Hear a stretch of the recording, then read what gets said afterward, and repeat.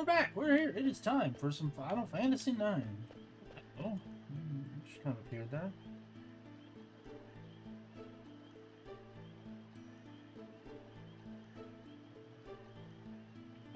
Okay.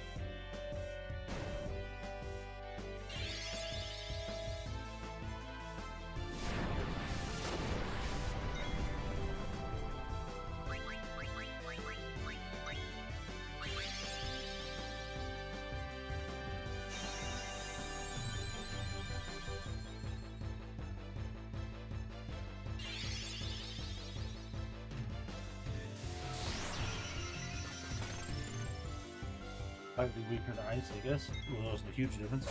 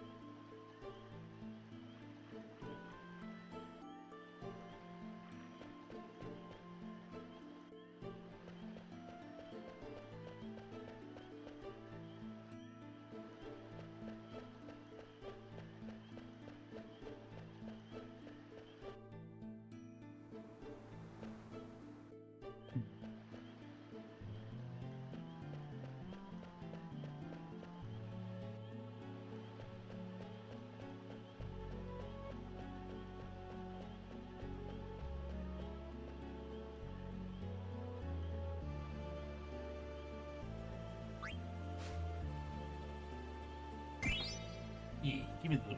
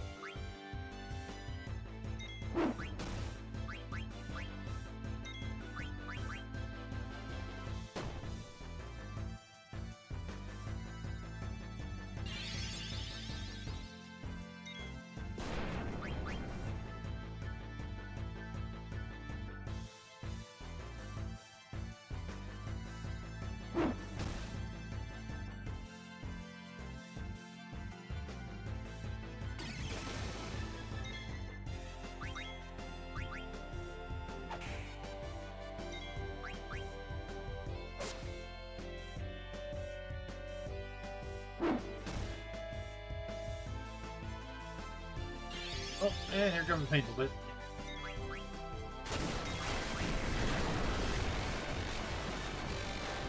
I'll put it worse, I suppose. Oh, you need to do it twice. Okay, that's fine, I guess.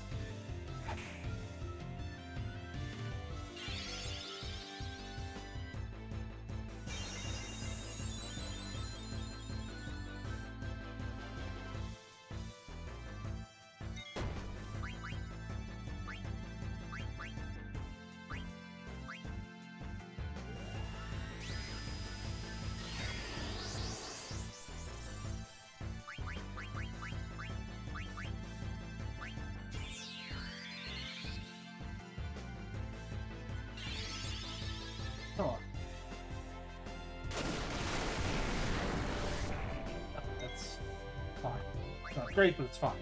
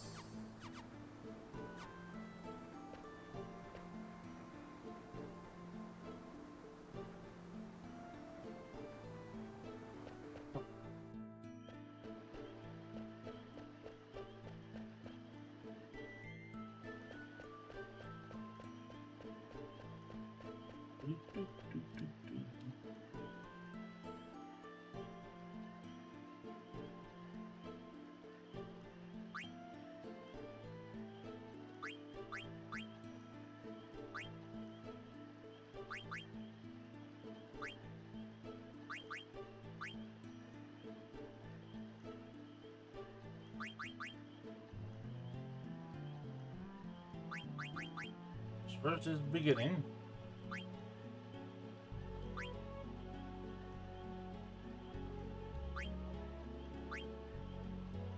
Collaboration.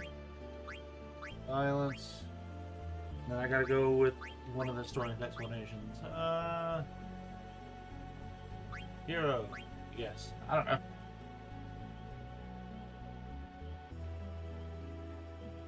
Sure.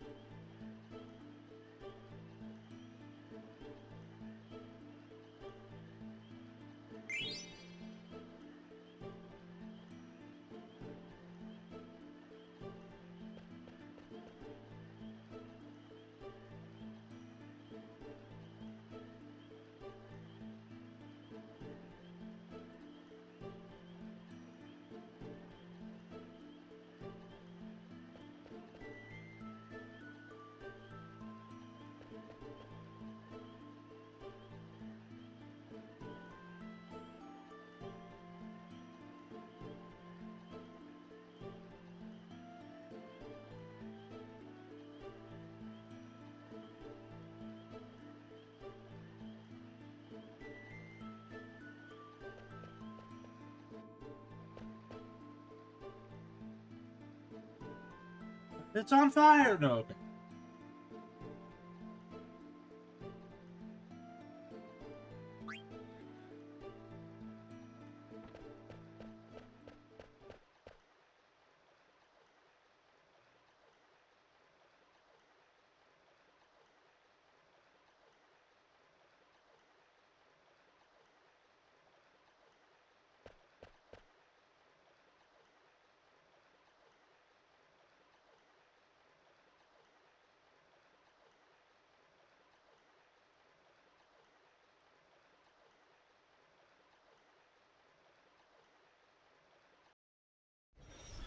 It might actually be about to be on fire.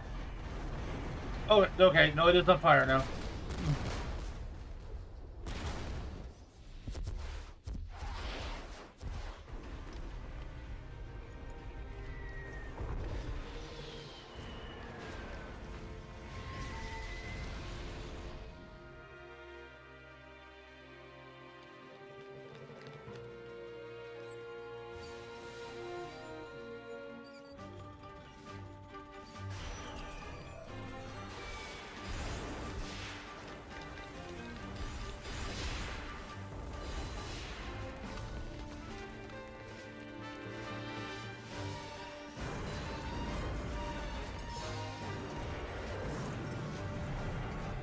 Well, I mean, I was joking when I said the city was on fire.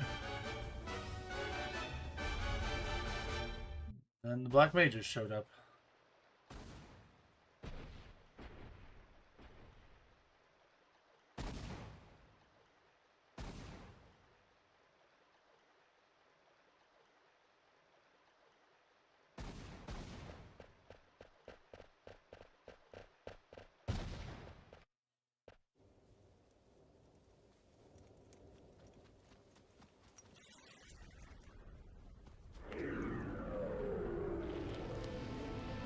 Oh.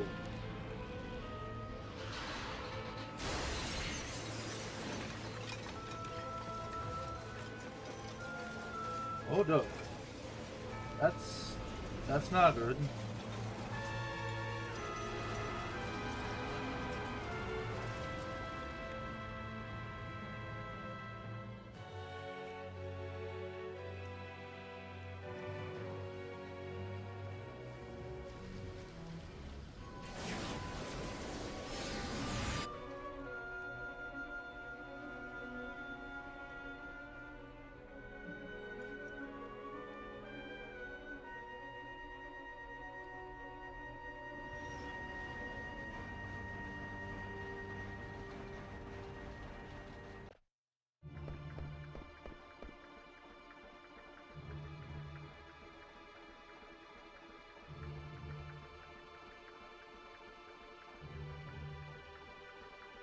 Where's Steiner or Mac in all this?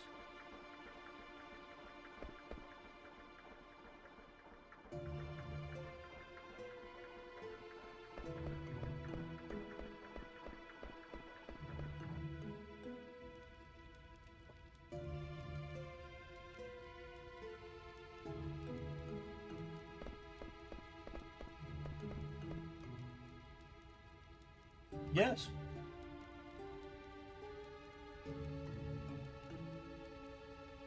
I'll fight you right now. Let's go.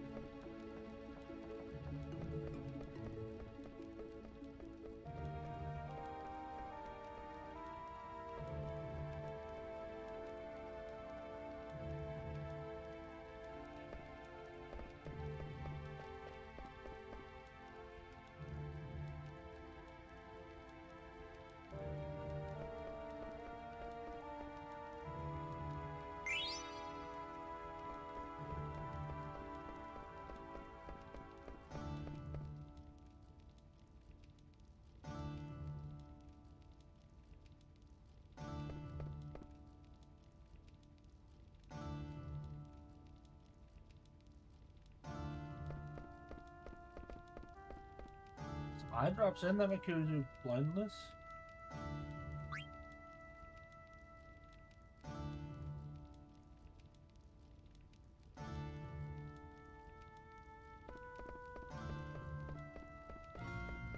Alright, so Nicole wants me to tell Justin to stop. Don't know who Justin is, but I'm sure we'll figure it out.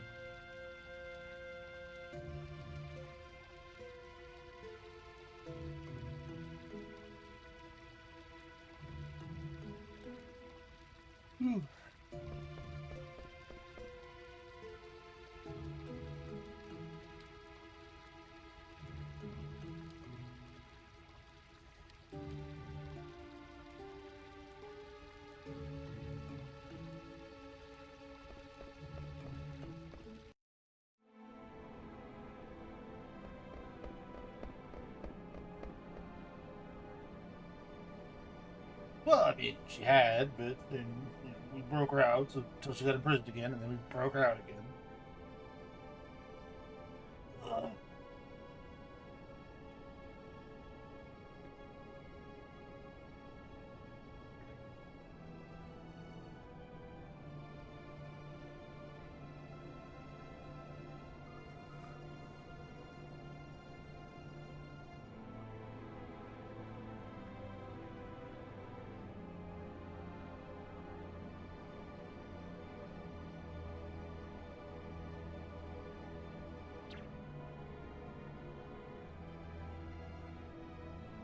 You look with me, go.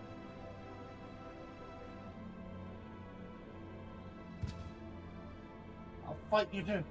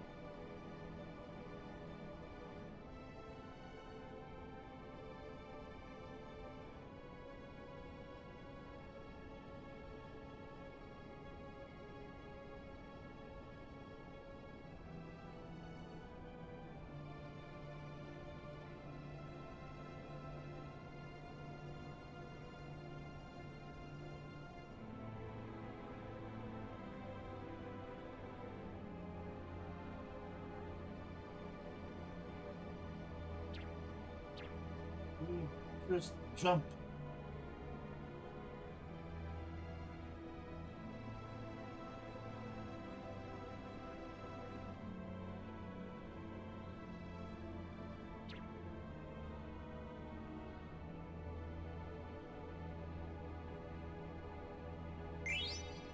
$30,000.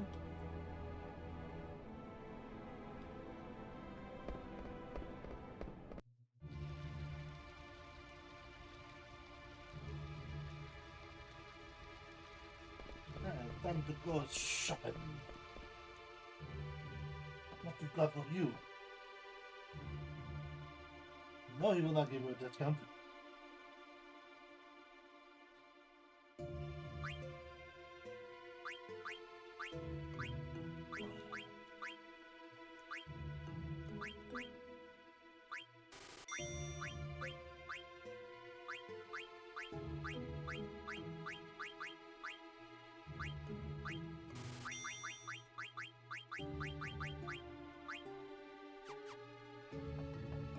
Synthesis.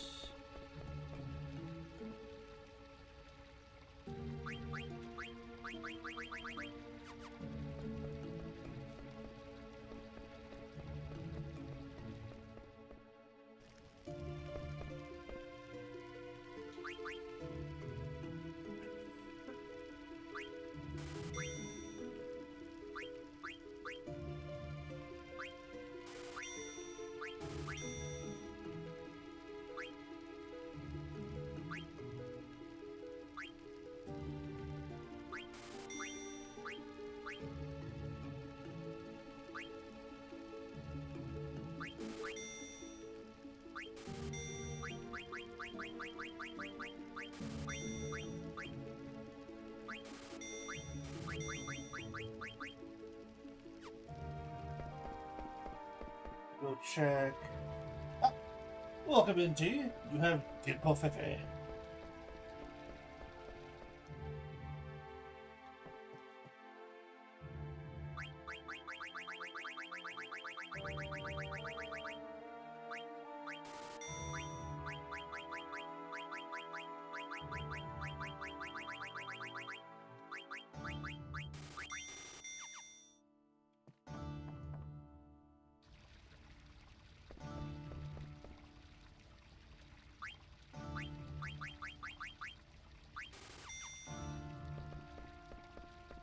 How is your FFIX?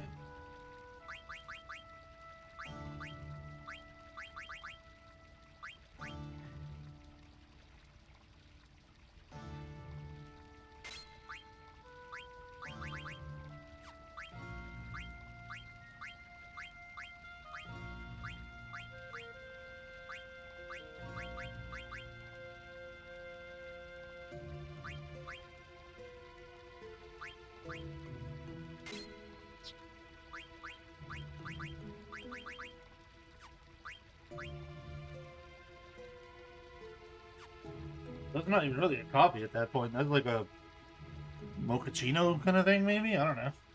I don't drink coffee, so I don't know how the different terms identify things. Alright, let's go.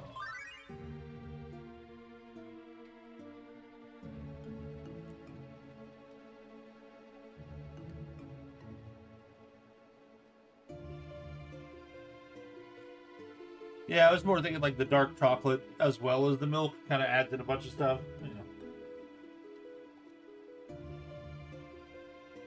Oh, okay, just a little square.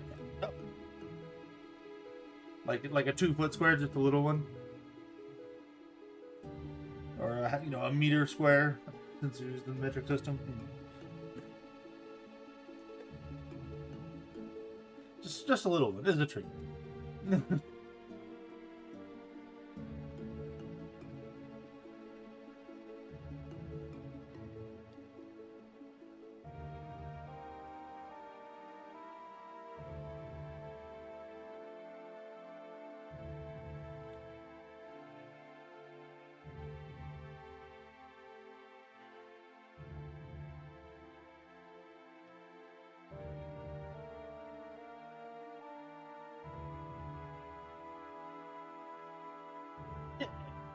Just a Minecraft block. Yeah. Maybe 2 if you start to get feeling greedy,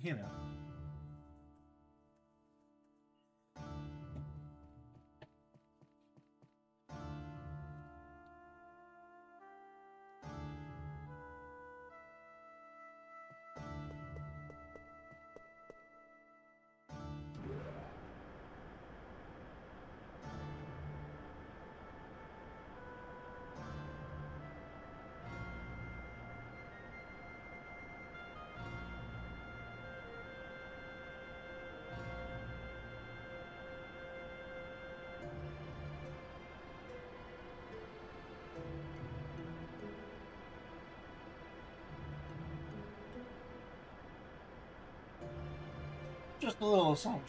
Yeah.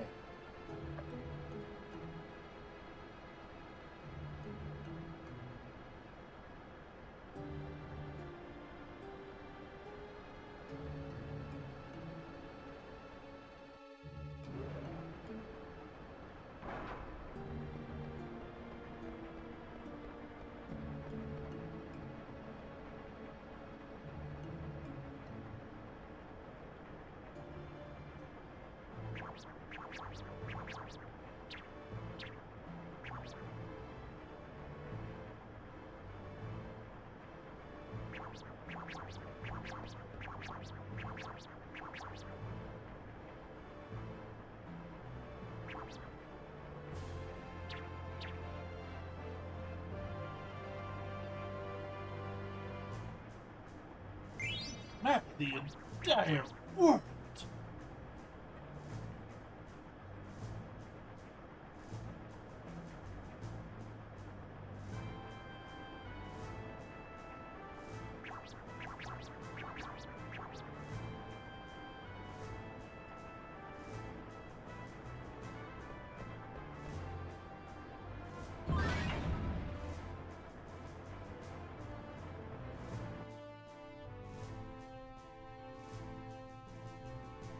You wouldn't dare to have a third one right now.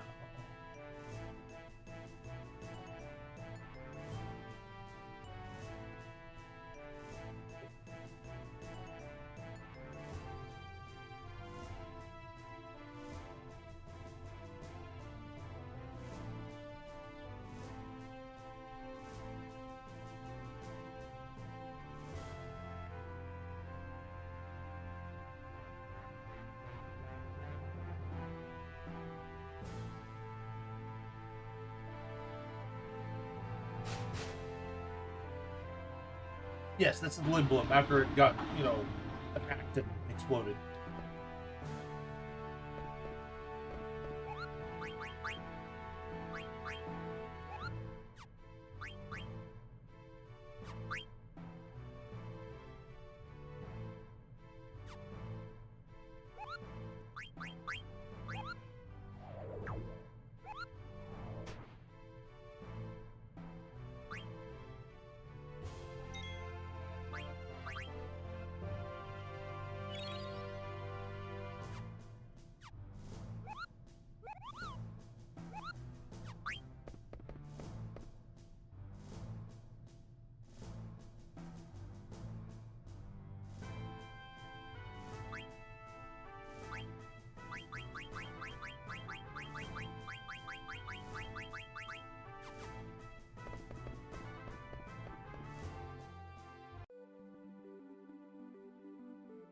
Think I can go pick up Hina again now?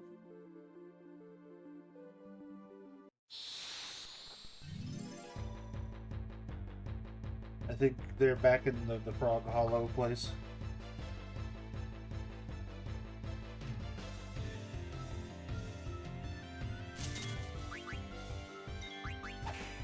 But I'm also worried that will, like, progress the story, so I'm not going to do that. I'm actually going to go pick up the Chocobo and go do a little bit, just a little bit, of Chocobo hunting.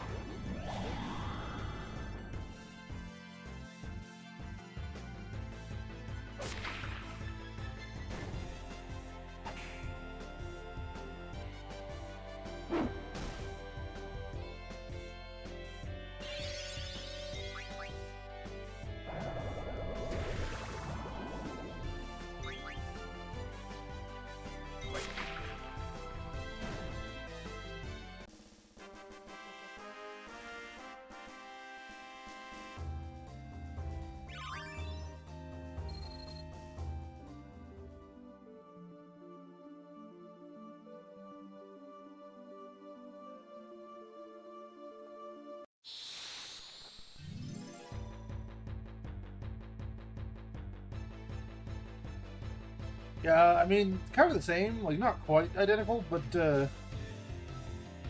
just, you know, like, I remember, like, bits and pieces of what's coming up. I remember, like, the characters we're gonna run into, that sort of thing, like...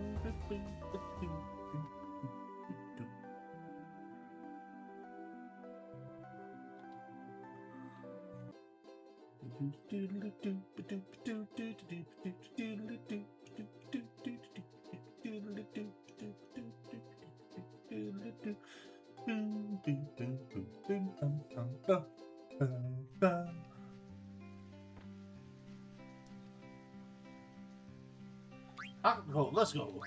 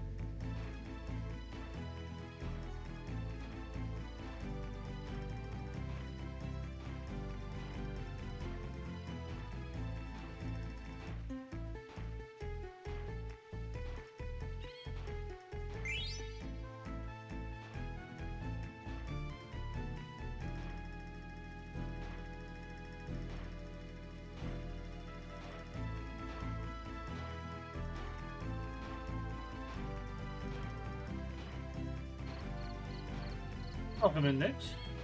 Hello. I'm not gonna find this one in time. It Nope. helped. And you're back? Maybe? Yes, I clicked the wrong button and accidentally closed the chat for a second. Happy Wednesday, everyone. It is indeed Wednesday, my dudes.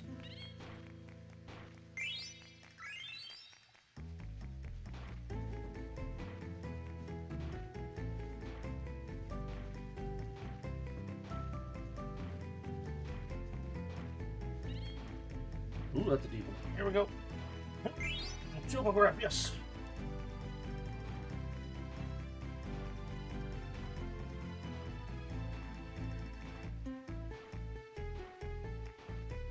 So what you missed was we tried to get back to Lindblom after talking to Old Man Rama for a little bit and him telling us a story. Or him having us piece together a story he told us. And as we were getting back to Lindblom, Braun attacked. And basically nuked the whole city with a summon. Yeah. Tangent, we gotta deal with your mom. This time at least, like, the city mostly survived. Like, they lost a lot of people, but the city is, like, more intact than Clyra, which is actually gone now. Gotcha. So Freya's people are completely gone? No, that's Burmecia. But yes, for the most part, yes. Gotcha. That is very sad. Did Sir... Not Talavar, that is a dragon. Did the guy she likes survive, or did he die? Unknown at this point. Noted, okay. Unleash the drama.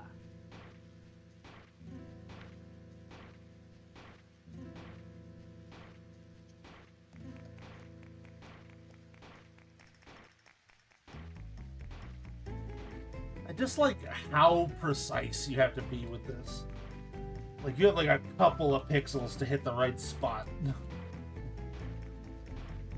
It wouldn't be so bad if there was like an upgrade you could get that like made it better, but like...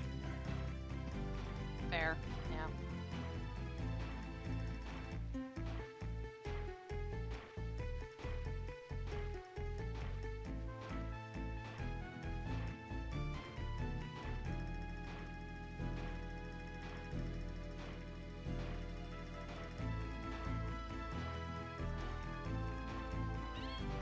Holy crap. Got it. And I got another chocograph. That was the only item I got, but I'll take it.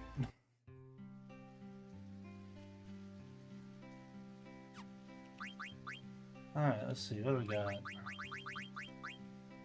Can't get that one, can't get that one, can't get that one.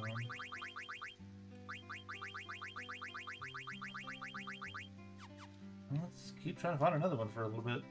I want to do this for, a little bit. Because there are some that you can get that don't require your chocobo to have different abilities. A lot of them you do need to wait until you've like been able to, give your chocobo different like travel abilities, like over water, rivers, that sort of thing.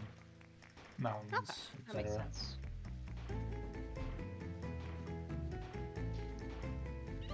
I love the music. Oh, the music in this game. I've said it pretty much every time. It's fantastic.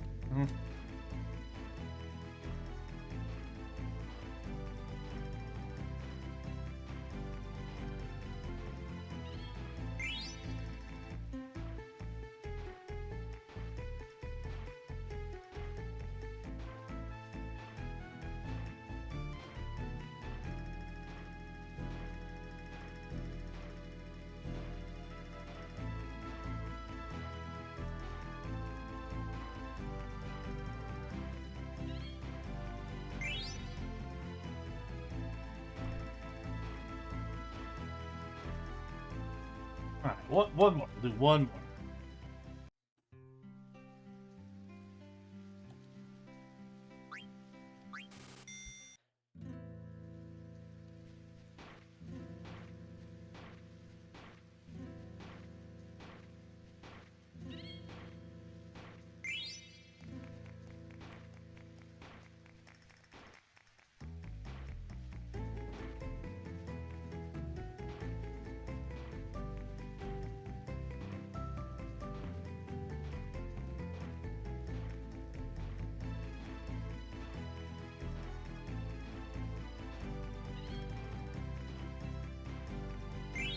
Another chocograph.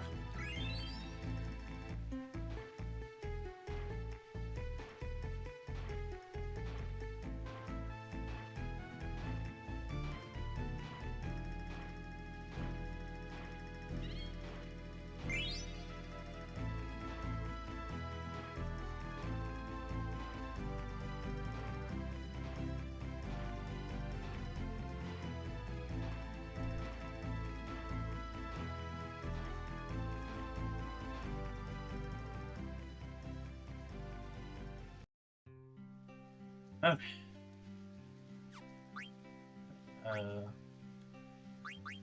Aha! I can get this one. I think I know where that is.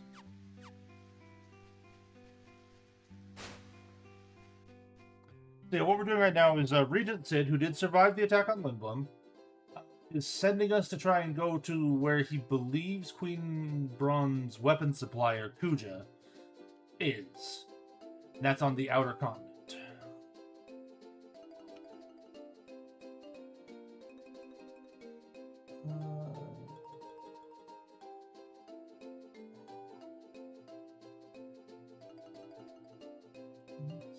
River, not the ocean.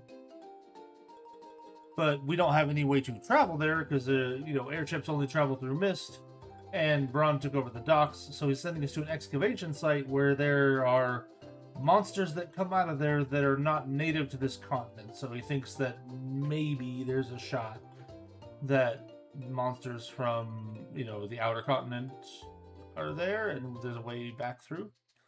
Maybe. That is our current plan of attack, so.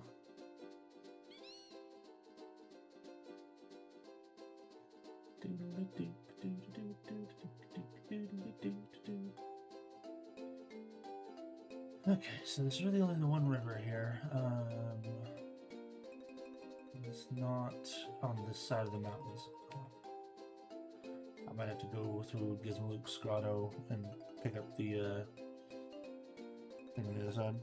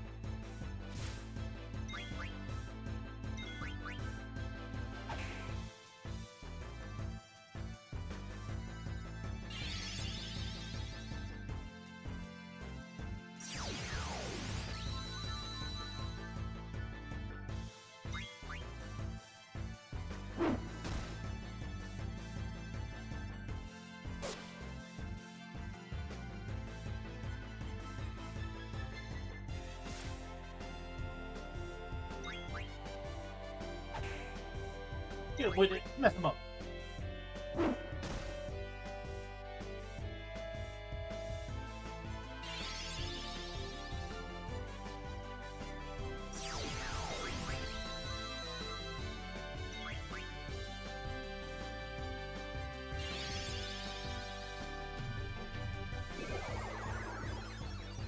Oh no! Wind has been charmed. And the snake's dead, so it doesn't really matter.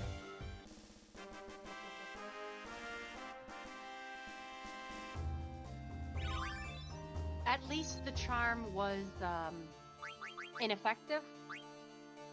Hmm.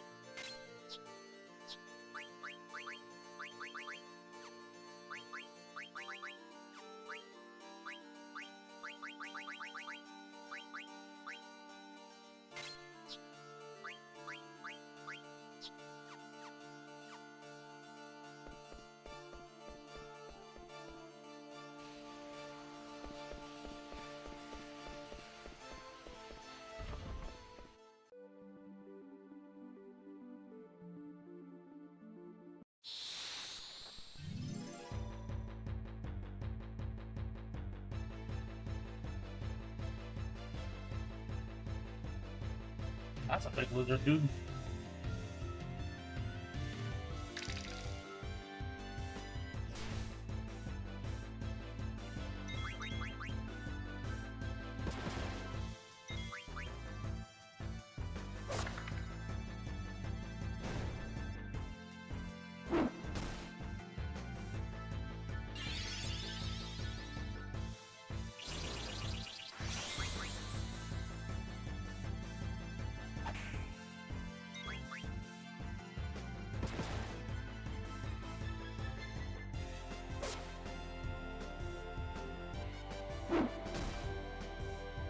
attack spell. It's okay, I have a solution to that. Come here.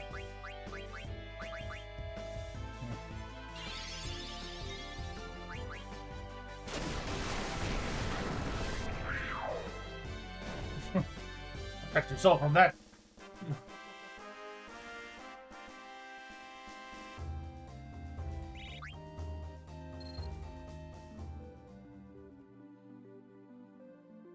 Where are some chocobo tracks around here somewhere? Theoretically? Oh wait, hang on. I may be way off base here.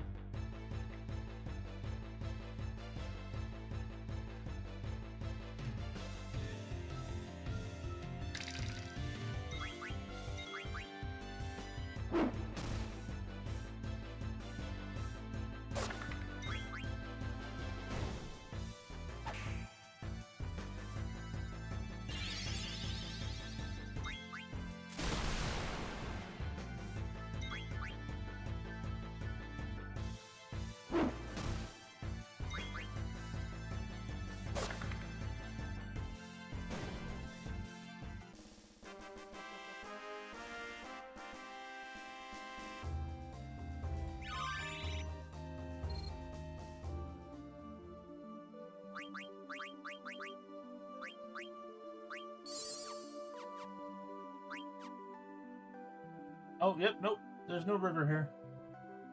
I would have to see if I can get through the gate, which I am not sure I can.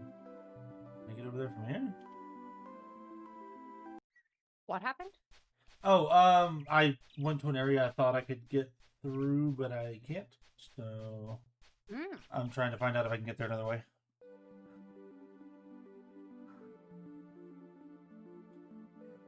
Ooh.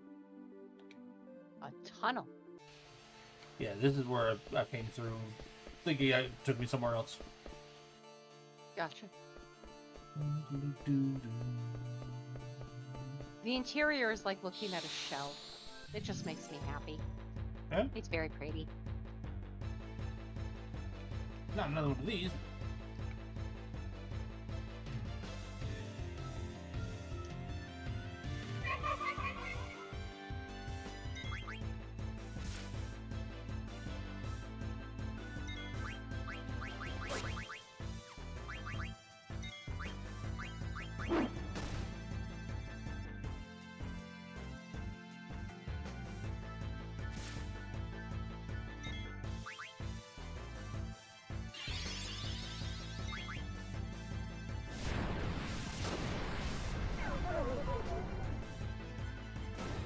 Oh, I did the bad number in damage.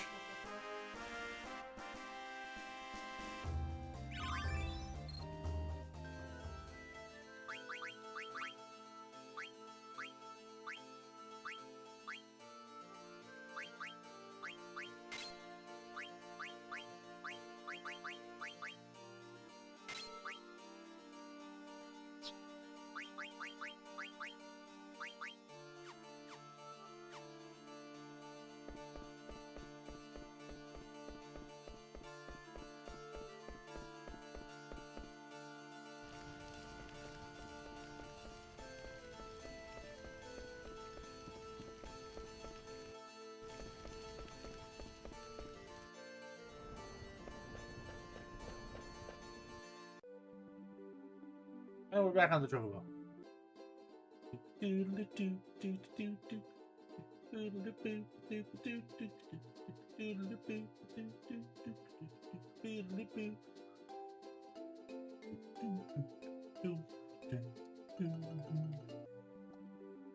Unfortunately, it's a fairly short trip. Dang. Can't get through either side of this. Okay, that's fine.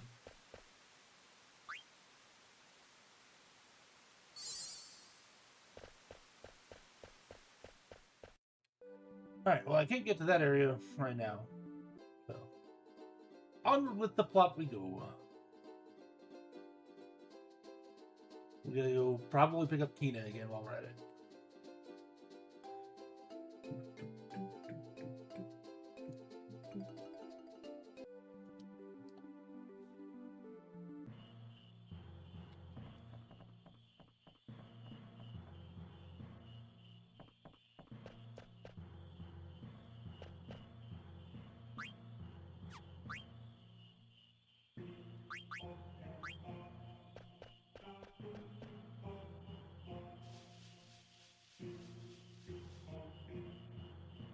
Tina, you're back. Tiago.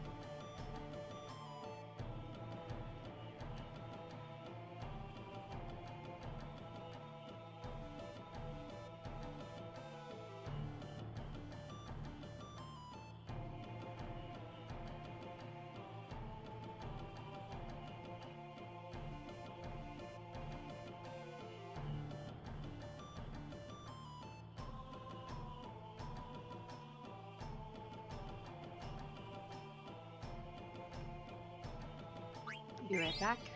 Oh, all right.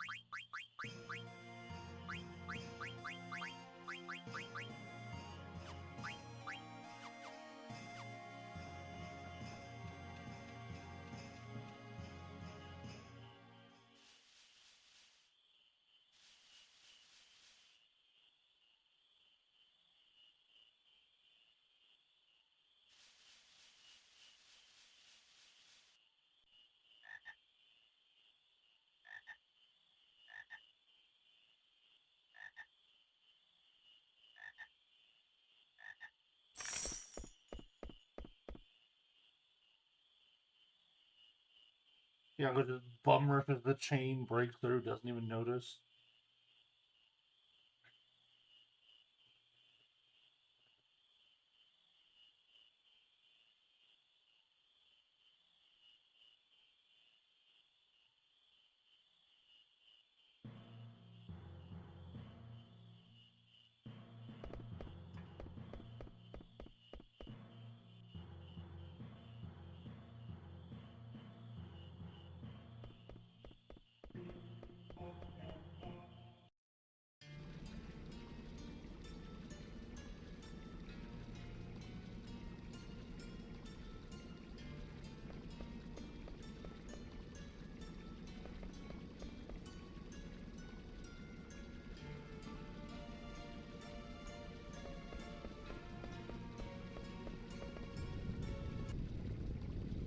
That's probably fine.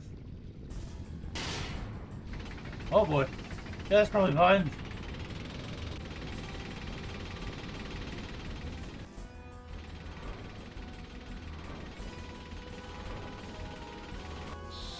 Well, I didn't make it past the first obstacle.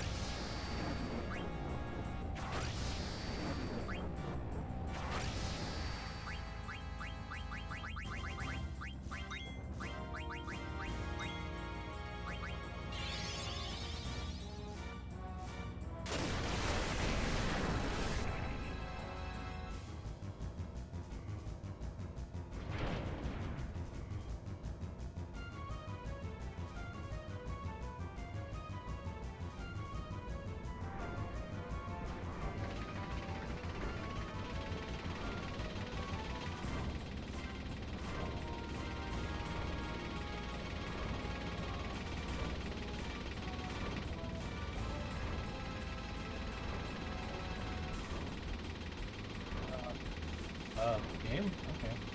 Oh, okay, bye.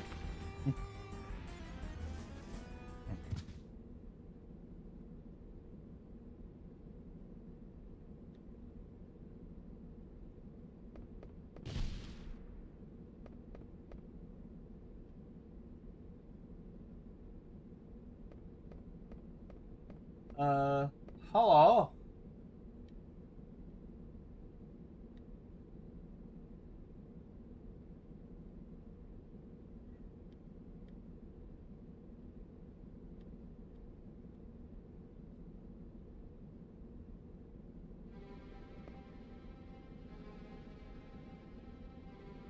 No thanks, I'm good.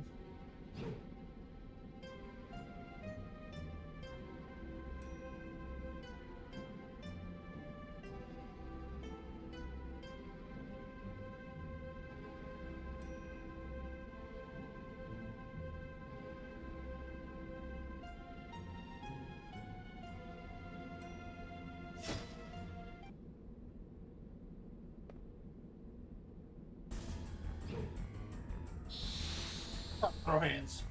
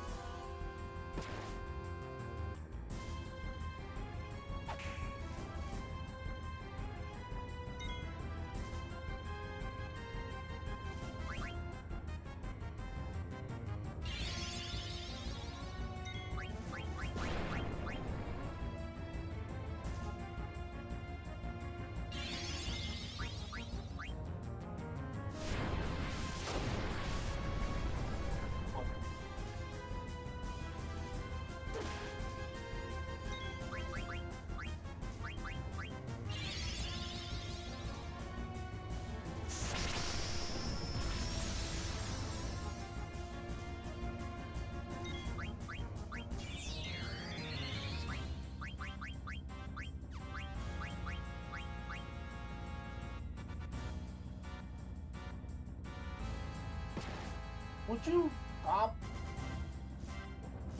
This game does this to me all the time. They will wait until I revive somebody and then immediately kill them.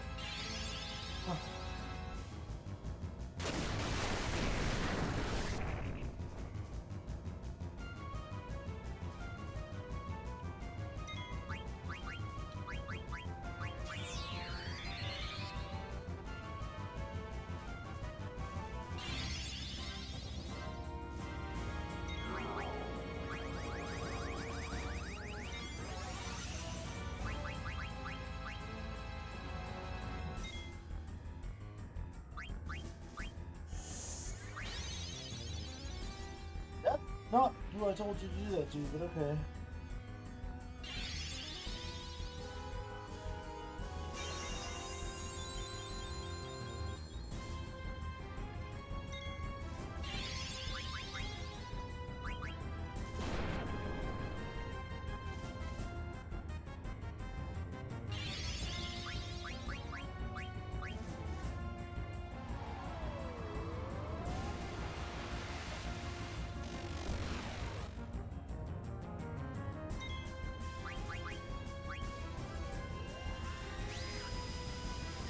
It's gone into trance.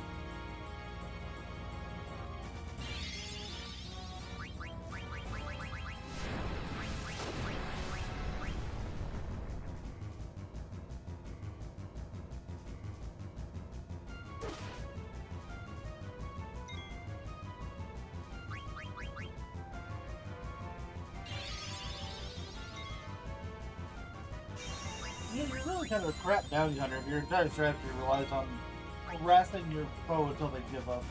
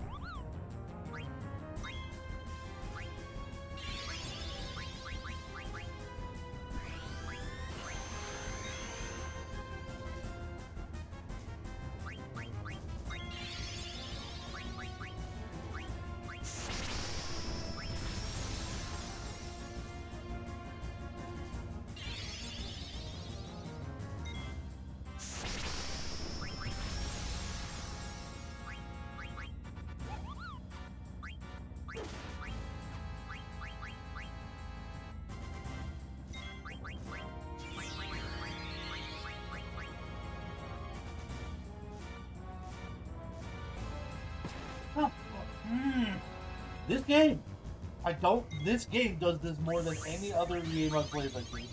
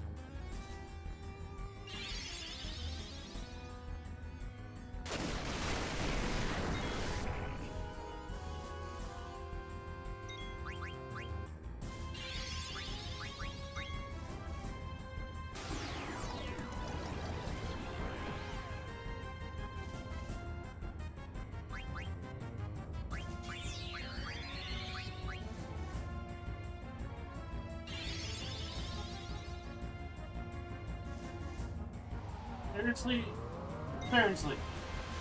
That makes 4 this fight.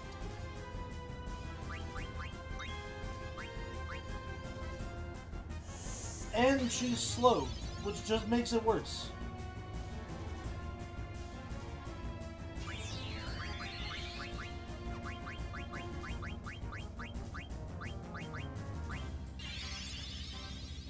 Do not.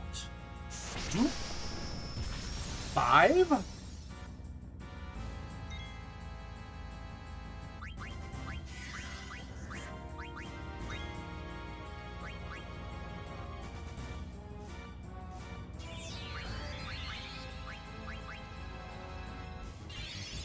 Do not.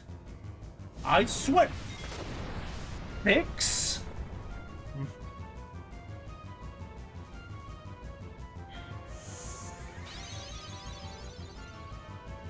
I'm gonna wait till you cast another spell.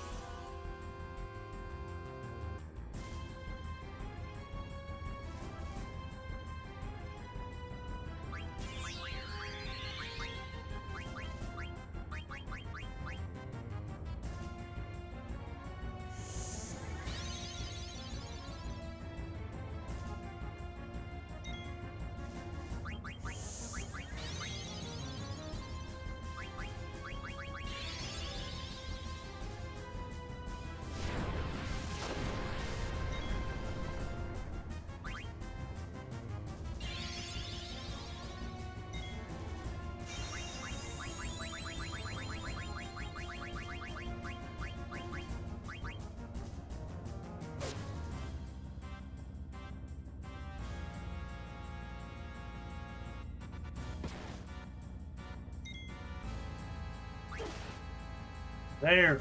Jeez.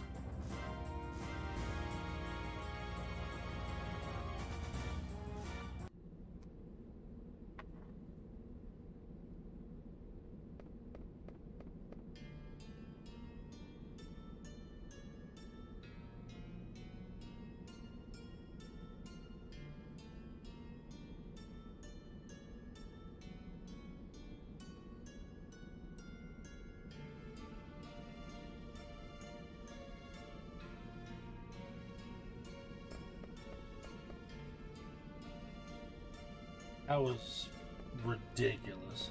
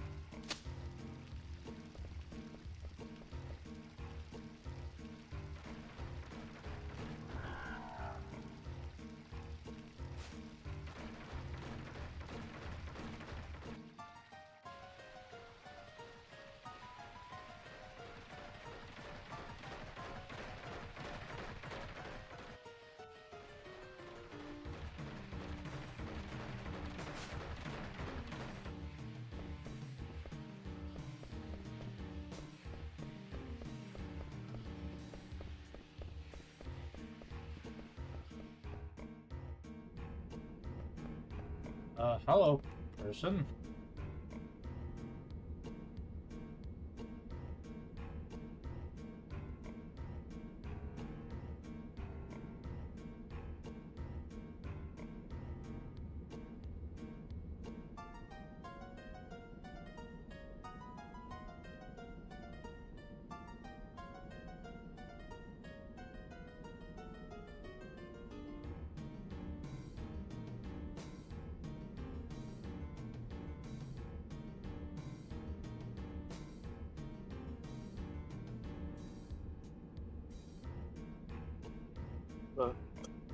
Welcome back.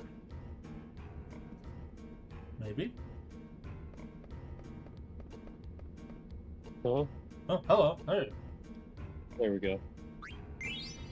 Welcome in, Matt. Thank you. You missed Someone me tried telling getting me yesterday. annoyed at the game. Someone tried telling me yesterday that 2014 monk is, was still good. What about the 2014 monk? What? Somebody yesterday tried telling me that 2014 monk was good. I mean, when played right, any monk can be good. I will say that. Well, fucking any fucking ranger, but the ranger's still not good yet. Ranger hasn't gotten any love since 3.5. Yeah, but 2014 monk is still dog shit.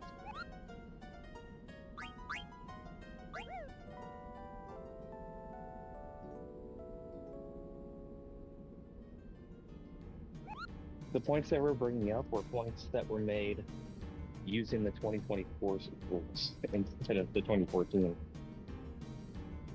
And I didn't want to say anything because they were just digging themselves into a bigger hole. Yeah. I mean, I have not personally looked into the 2024 monk that much, so my experience is mostly with the 2014. But I don't remember it being like it wasn't great, but I don't remember it being terrible. Aside from Ranger, it is widely considered to be the worst or weakest class in Dungeons & Dragons 5th edition. Well, I mean, 5th edition has some weird balancing things anyway, of like heavily favoring magic but not wanting to give magic items, which means that like caster classes just generally, I won't say always have it better, but like are at a bit of a step up. Well, I mean, that's just for really anything. Even Starfinder had issues like that. I feel like Starfinder balanced it out a little bit by not having as many caster type classes. You had your Technomancer, you had your Mystic, you had your Witch Warper, and The that was Solarian. yeah, but Solarian was also like half martial, half caster. It's just the Paladin, which is still a caster.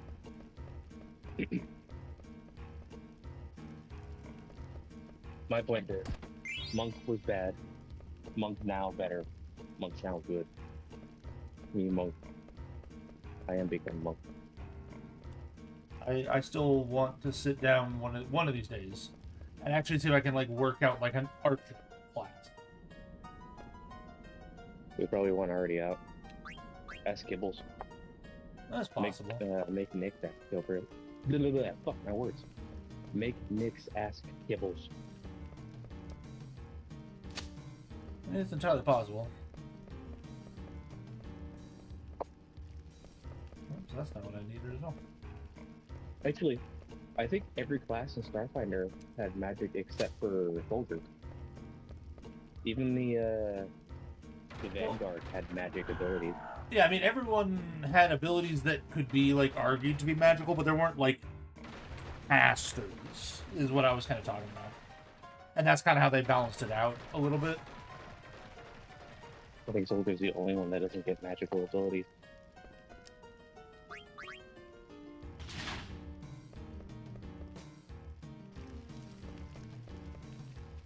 And I was still kicking ass. Oh, yeah, no, like, again, I think Finder, at least 1.0, did a much better job of balancing it than, 5e, heavily favoring their caster classes. Not saying it was perfect, but they did a much better job in mind. So Envoy also didn't have magic, that's right. Envoy was just mechanical bard instead of magical bard. Yeah.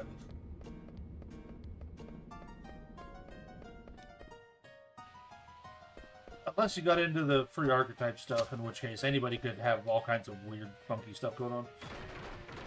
I mean, I think they're cool, but those provide a whole balancing issue by themselves. Yeah. Like, I was able to sneak and not be detected, ever. I was able to cancel out anything that was like a not a sneak attack, like a trick attack.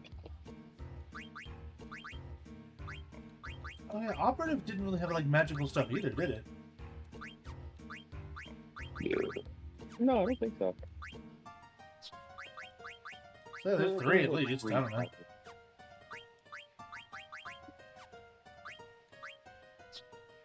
One of the reasons I like playing a Dragonborn so much in D&D, they get inherent magical ability with their breath weapon. Yeah, but it's one that never really gets super good, honestly. Like early levels, it's solid for sure, but like beyond that, eh. In 5.5, it's pretty great actually because they keep like scaling through their levels, and you can choose a line or a cone. Oh, that's interesting. And you can use it equal to your proficiency bonus.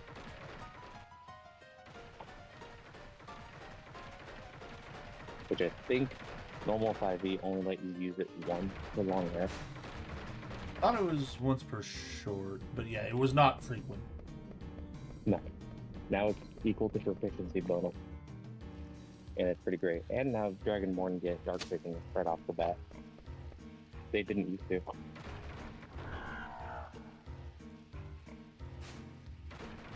Just in my opinion, 5.5 for most classes is just an upgrade. And there's really nothing wrong with that. Like it's okay for things to be upgraded. You don't have to keep everything in one edition just because you don't like how some other classes are treated in a different edition.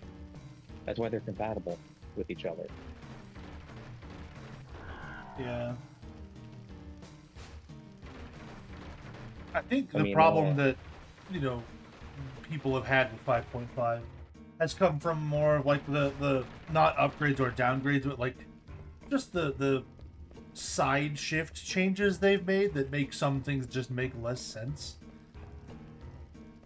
That's fine. Not everything makes sense. I mean, they changed grappling again in 5.5. Now it's foregoing damage to grapple somebody. Yeah. In fairness, grappling was something that could absolutely be abused in multiple other editions of D&D. Oh, I mean, yeah. Everything can be abused if you treat it as such. I mean, that's why I have the argument of rules as intended doesn't fucking mean anything because it's not rules as written. You can intend for it to mean many things, but if it's not what it says, then you have no leg to stand on. Sure, but also I would argue that rules as written is open for interpretation and alteration depending on the setting you're in. That's fine. I mean, that would be up to the GM, yeah. which is what I was about to say next. Like, the GM can make the rules to what it. The rules as written could mean anything to a GM, and then when that GM decides this is what it means for my world, then that's that. Yeah. But I'm not gonna go looking for 30 minutes for a tweet that some guy made who used to work on D&D several years ago to see him say, it's rules as intended. It might not have been written, but this is what I intended. And like, that doesn't mean anything, bro. I don't think I've ever tried to go off of that argument. I've occasionally looked up like different interpretations of rules as written to get like an idea, but that's why Nix and I were discussing Echo Knight so long a while ago, because there's so many things that the Echo Knight could be able to do, and it doesn't say it can't do it. But I went to go find a tweet from a few years ago from a guy that helped work on it, who said, that's not rules as intended. It's like, okay, bro, so then write it down so that it's rules as written.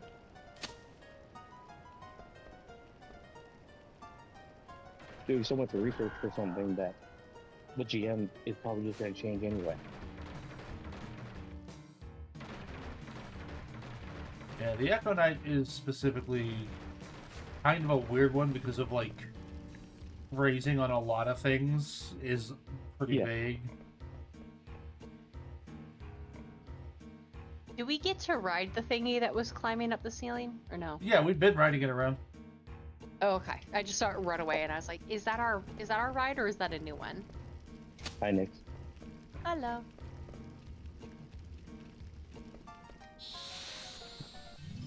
Yeah, we're currently making our way through a switch maze, riding those things around. Okay. I am currently just stuck in so many meetings. What's there? Well, if you're stuck in meetings, you don't have to look at these things. So, you know. Pros and cons. They are called abominations. I will let you determine what you want to from there. Oh my god, that can mean anything. I'm an abomination. It kind of looks like a sneaker with dreadlocks. Oh Those my are The god. bottom teeth. of the sneaker, Yeah. but the bottom of the sneaker is not a rubber sole. It's teeth and a really creepy lip. So Thiago. All of Thiago's characters.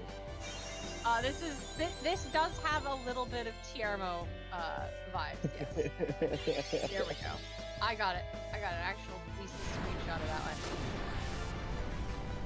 Maybe. Can I get the shot? I'm probably just gonna be doing my roulette during game tonight. There you go. I just DM'd it to you. Nice. We'll know when he opens it up because he's gonna burst into laughter or just ask us what the hell. What was Alphanod's sister's name again? Alice. Yeah, I just met her Nice. officially. And then the Warriors of Darkness told me their sad backstory. That's pretty much where I ended it last night. So I'm rapidly approaching Stormblood or whatever it's called. Yes.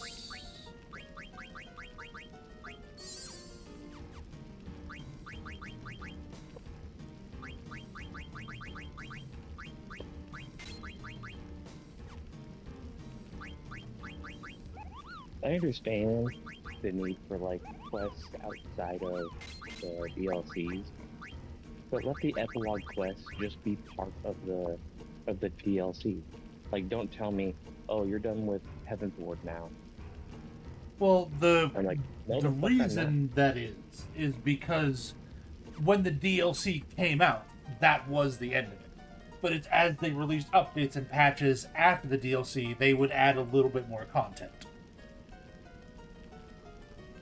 I'd rather them just be straight up like, this is the end of the base of the story, but there's still more story we're adding, so you're not done with Heaven's Ward. They don't tell me that. They're just like, alright, Heaven's Ward's over. What? Do I need to go into Stormblood or Endwalker to get the next series of Monk Quest?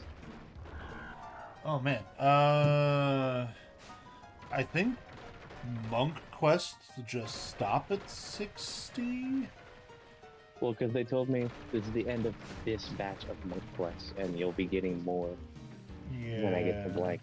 I forgot what it was. Let me take a look here. I think I ended at 66 or 57 last night. Oh, okay. So,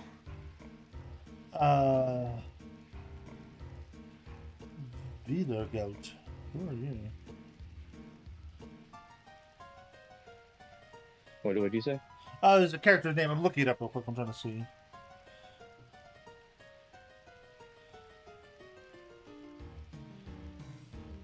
Balthazar Gelt? Wiedergeld is his name. Oh. I knew a Gelt. His name is not Vidar Gelt. It's a different guild. Do you remember what the last monk quest you did was? I killed the leader of the shadow monks. Appetite for Destruction, maybe? That sounds about right. What is the synopsis for that one? Time is running out to rescue Zensa. Vidar Gelt is uncharacteristically unsettled. At the ruins, Vidar Gelt attempts to convince Hratia that fighting one another is not the way. Alas, the master of the Second Shadow would not be swayed from his beliefs. He sets the opponent with bits and feet flying. In the midst of the battle, your final chakra opens, allowing you to do battle with Hratia on even footing. And with Zensia's belated help, you succeed in overcoming him and his pupils. Yes, that was the last one I did. Okay.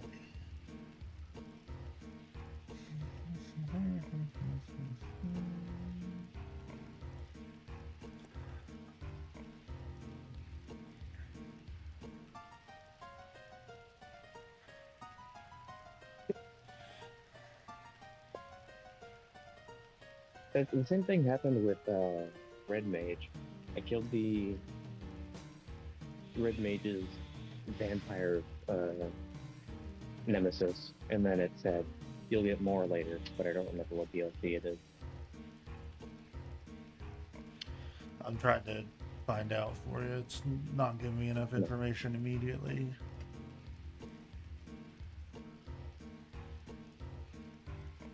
Okay.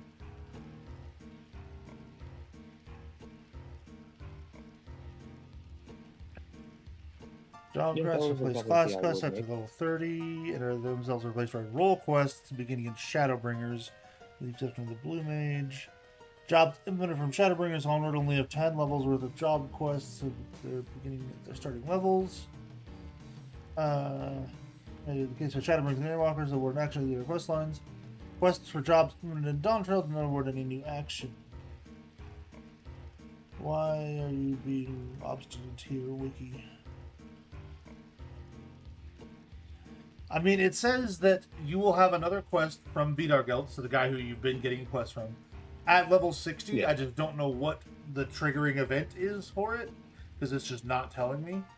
And then you'll have a couple up through 70, and then like one at 70, and then one at 80, and that's it. Okay. So, you don't have a whole lot of monk quests left.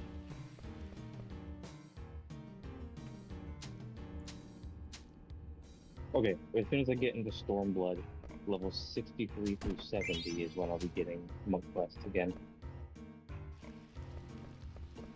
Okay. Why is this? Okay, hang on. I don't know why it didn't tell you that. I just looked on the class wiki. Oh, I was looking at the quest line wiki rather than the class wiki, so. Oh, okay. So many meetings. Huzzah? Have you tried not meeting them? Give me 3 more days. That's true. No, I had to have a meeting with one manager to find out the specifics of what they need me to do today. Then I had my weekly meeting with my direct manager to go over all of the last minute handoffs that I'm giving her. Now I have 20 minutes before I'm going to be running a potentially upwards of 2 to 3 hours meeting of training, teaching people how to do all the things I do. And then for the rest of the day, I will be in my boss's email helping her clear stuff out. So Speaking of the rest of the day, yeah. I will be a few minutes late today. I'll be in the voice chat, but I won't be on my computer. Okay. There is a remote chance I might be a few minutes late as well. I was told that the car thing would not be around until 4 or 5. And then they said they were unclear as to how long it would take or whether or not I need to be there, that sort of thing. I don't know. Gotcha. Okay. So there's a whole lot of unhelpful information, unfortunately. Those jerks. How could they? I don't seriously anticipate I will be, but there is a chance. Yeah. I understand. Oh, Nick, Um, I'm gonna text you some questions about the story of this light real quick. I'm texting them to you because I don't want Gal hearing it. I will answer what I can without giving spoilers. Okay, that's fine. Wait, story about what? He's asking the which which like part? questions. Oh, okay. Because these might be spoilers, because I was told this information. Yeah, you also were watching a playthrough, so they did it different, but there might be some stuff that. Well, I mean, at the point we're at, they're not at in the playthrough where I'm watching. We That's are great. leagues ahead of them right now. That's funny. And that just shows how differently different tables can play the exact same plot. Yeah. So, right where we are right now, Yes. they're about a third of the way in at the same number of sessions. Listen, So they're still we're in problem solvers. hither, or they just got to thither. They just got the filter.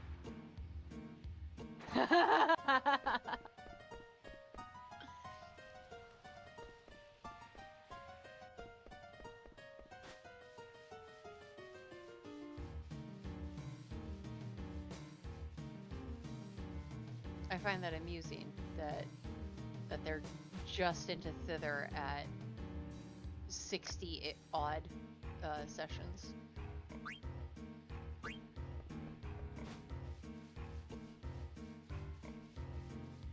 I mean, you guys didn't want to do a lot of socializing in a lot of the places, so.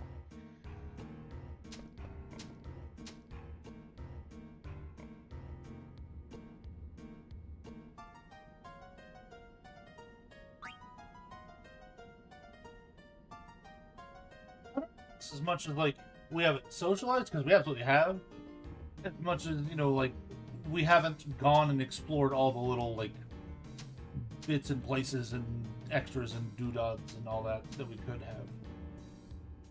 Roll my But that's what I D6. mean. Like, there were a lot of social encounters that you guys, like, basically were like, okay, and just, like, Oh. you actively walked away from a few. Oh yeah.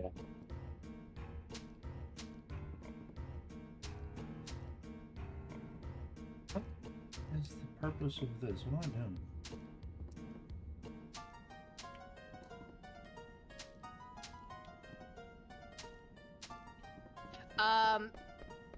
You wouldn't know. Okay. You have heard numerous names that may all be in reference to the same person or in reference to numerous people, and you don't know if any of them are a true name or if they are all pseudonyms. The only reason I remember this is because you had told me in the carnival that the animatronic was Tasha, and then when I saw the painting, you told me, yeah, you know this person, and then you gave me Tasha, and then you said she is also known by.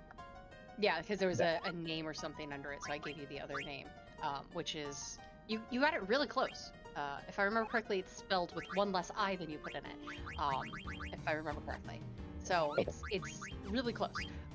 But you do have multiple names for Tasha, who you know is the caricature that you saw at the carnival, which is the woman that was in the portrait in Skabatha's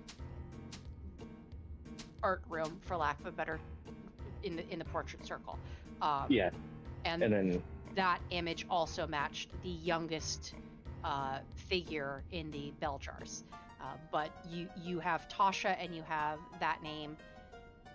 I feel like you have at least one other name you guys have picked up for her, but I also know that you guys did a bunch of checks to try and remember stuff about Titania and the Sealy Court, so I could be misremembering how many names you have for whom. those are the only two names you officially gave me. The Yeah. fact that you gave me the Vilna was because we weren't clear on what we meant Right. when we were talking about her.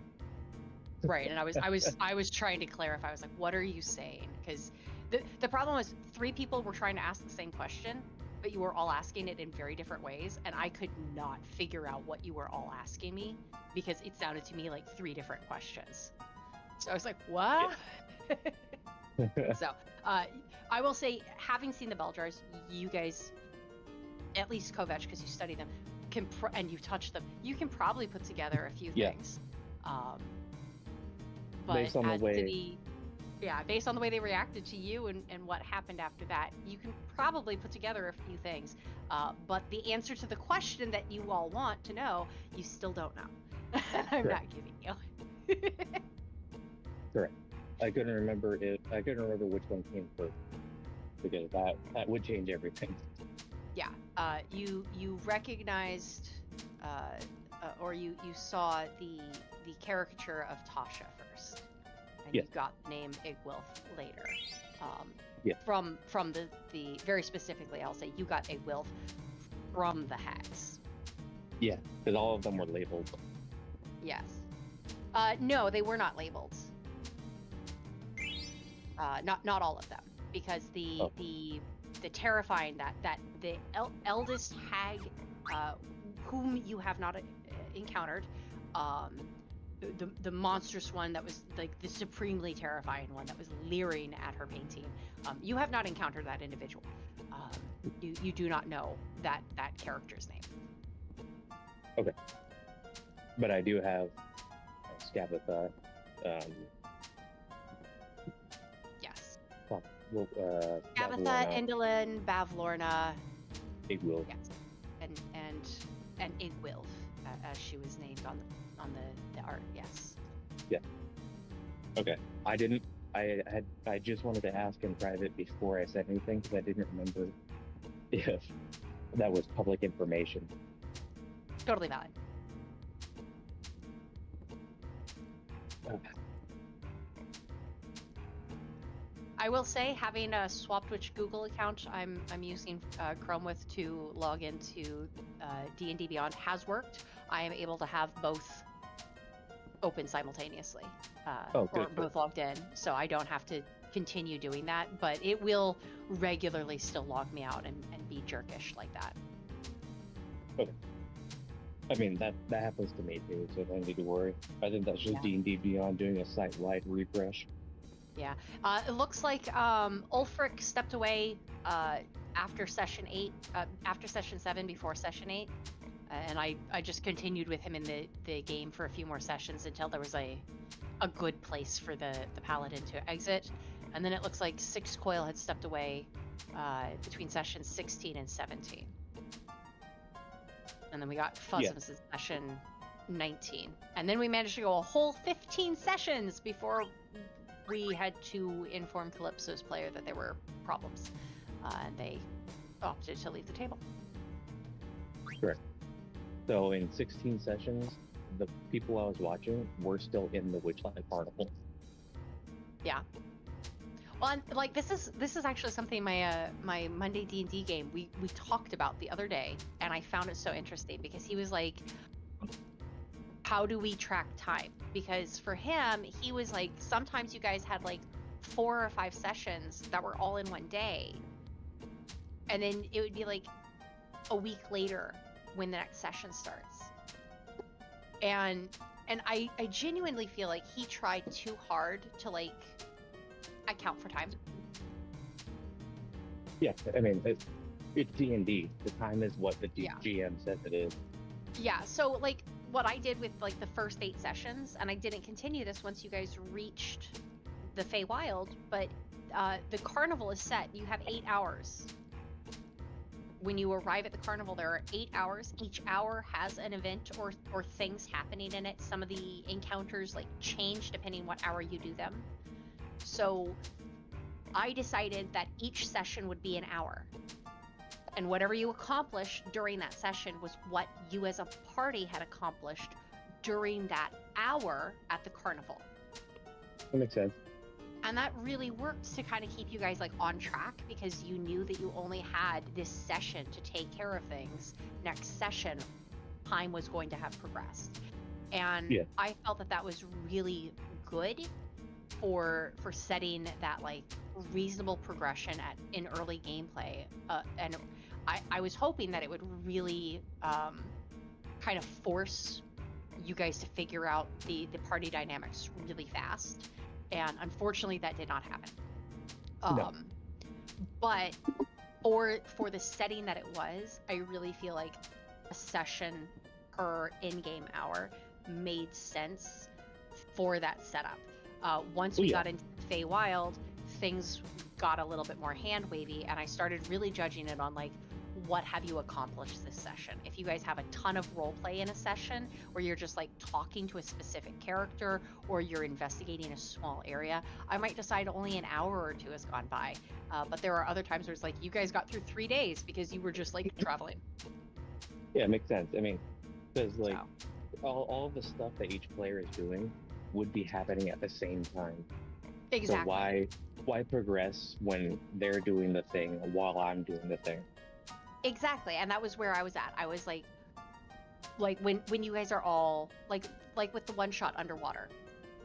That entire one shot took like an hour or two. Yes. Of in-game time, and honestly, it was probably about an hour. You guys went down, you swam around a little, you saw some things, you came back. Yes. But that was like, what can you accomplish in an hour? You can go to a market, you can look around, you guys can make some trades, you can make some deals with Fae, you can find some stuff on a battlefield, you can go home and get dinner. Like, it makes sense for that to be what happened. And I mean, hey, you got your little water sprite who hung around with you for a while. Yeah. They are gone now. You don't know where they are. I assume, I just assume they went on. Also got a helmet of teleportation, which is coming. Watch. Yes, and that was something that was, and that was something that was not in the game. That was specifically because you rolled that 20, and I was gonna give you something completely like a much lower quality item, but you got the 20, and I was just like, well, let's upgrade what he finds. And that was partly because I had started scrolling through the book and saw how little loot and gear options there ever are in the game. Yeah. So I was like, you know what? You're on an ancient battlefield in the Feywild. Let's go wild. You're gonna find something really awesome. And it was. I mean, this is the reason we are as far as we are. Yeah, because you guys have managed to instead of having to like trek back and spend days backtracking to get somewhere, you can just vamp over there and come back, and that is extremely useful. Especially with the uniform. Yeah, exactly. So it has been something that has definitely benefited you, and I'm really happy that you guys have been able to use the items I have added in as you have found them. Air quotes. Yeah. The pole of collapsing, it's now holding up, man. As soon as time restarts. Yep. That will be saving saving someone from falling to their doom. You know, Fuzzums just wanted the coffee thing, but whatever makes the player happy. Yeah, she's not like, what is the word? Obstructive, which is also not particularly useful. She's not very. My biggest frustration is that the player just does not feel very engaged, and I realize that working a farm is an extremely physically taxing job, and that she's very tired. I completely respect those things. There are days where she feels like she is like honed in on the game, and there are other days where I just feel like I am screaming into my mic trying to get her attention, which is very frustrating. So I mean, it's fair. Yeah, I mean, go ahead. Nope. It's weird what you say. I mean, it's also frustrating when we're not playing games, because I do that to her when we're just talking. Fair, and I don't like. She doesn't talk to me, so. I mean, that's fair. Like, legitimately does not respond to me, and I'm just, which is another frustration as a DM. Yeah, that's fair. She does that to me too sometimes, or I guess most of the time. And I understand I'm not on my computer a lot. I don't check into Discord like every hour or something. I get that. I do. But when I mentioned I sent you messages, I sent you information, she goes, "Oh, I don't do social media." I almost kicked her off the table. Because I'm not asking her to go on Twitter and doom scroll. I sent her a fucking message with information, and she didn't even look at it. Yes, correct. It does And that that to me. was very irritating. So that is something that I'm not thrilled with, but it's what it is. I mean, we're almost at the end. We're almost done with the campaign. We just won't include her in the next one. Well, I was gonna bring that up and ask the group, like, if everyone wanted to continue with another game moving forward and whatnot, because if Mouse does not, then I completely accept that. I would be totally fine with that, honestly. I also might try and find somebody else to join the table again, like maybe see if the other Connor is available, and then we can have 2 Connors and 2 Ryans. Well, it's time for me to take my first No, quick little we break got- on we got stream, rid of so the- we're we gonna got do rid of that. the other Ryan. Never mind. Yeah. We have a Brian Yeah, in our name. it's time for me to take my first quick little break on stream here, so we're gonna do that real quick and be right back. Yep.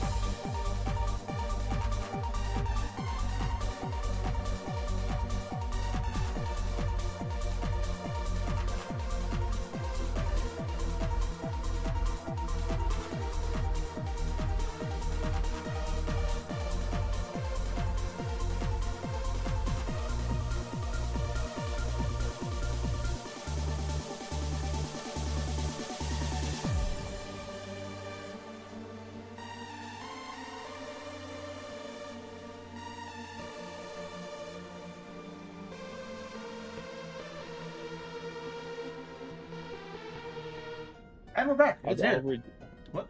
I'll Hello? rejoin as soon as I'm done with delivery. As soon as you do suplex your delivery guy. Yeah, that too. That'd be pretty funny.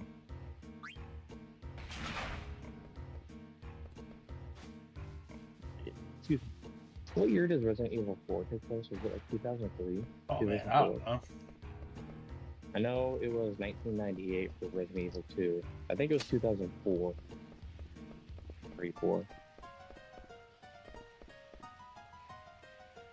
I mean, is there really even like a canonical timeline that matters? Like, I'm sure there is a canonical timeline, but it's just like, it's all should be just like relative to Raccoon City event, I think.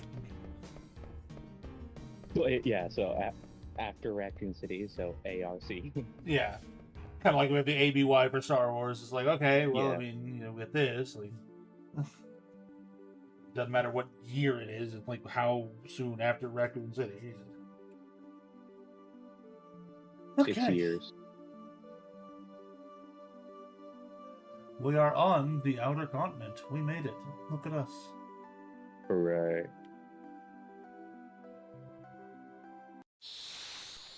We're trying to find Kuja, who is a weapons dealer.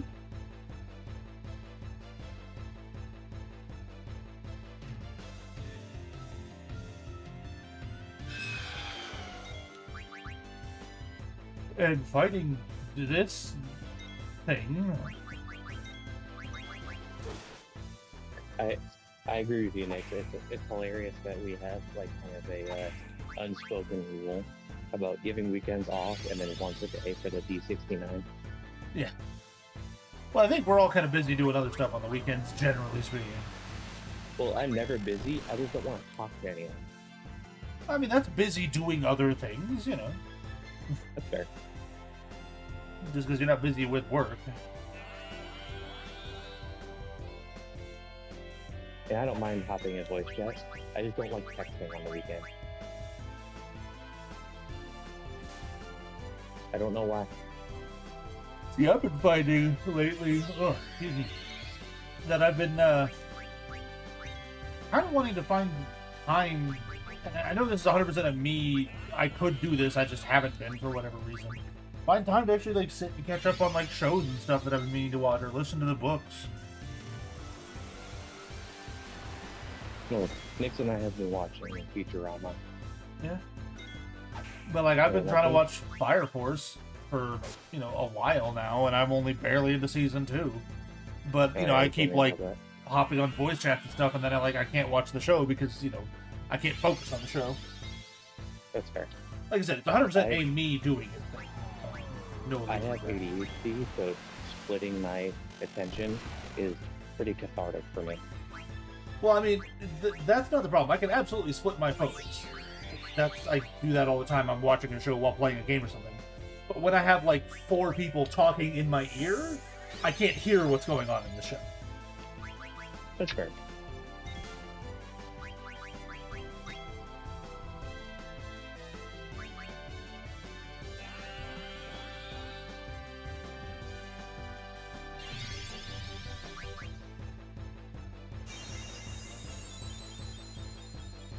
So it makes it difficult. Yeah. No, that's fair. I think we need a summer ween.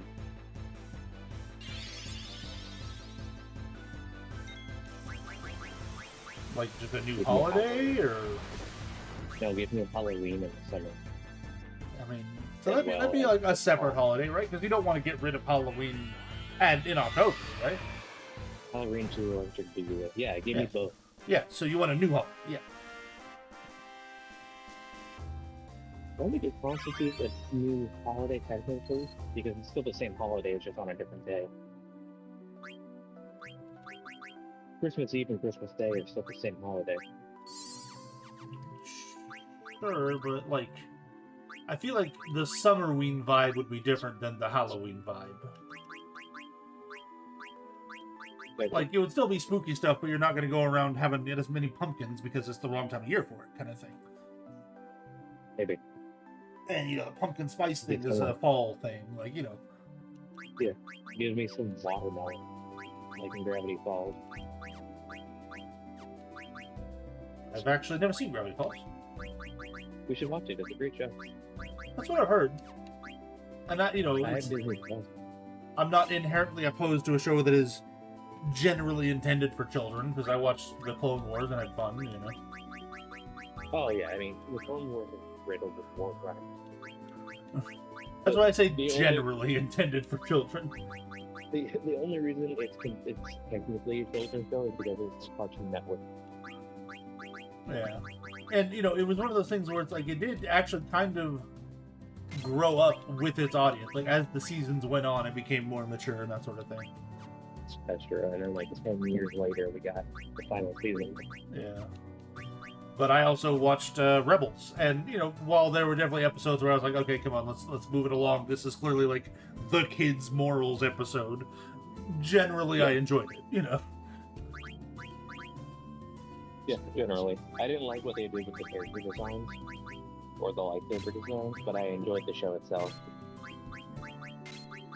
They really fucked Anakin. Yeah. Yeah. He looked like some sort of goblin.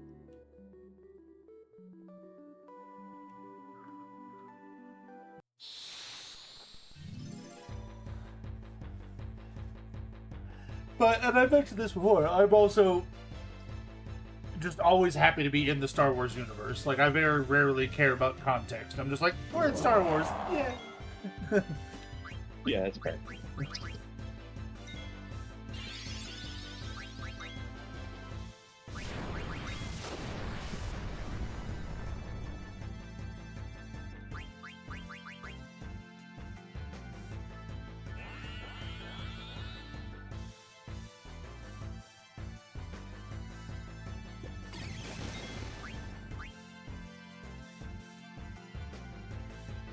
I do need to go back through and listen to some more of the Legends canon books.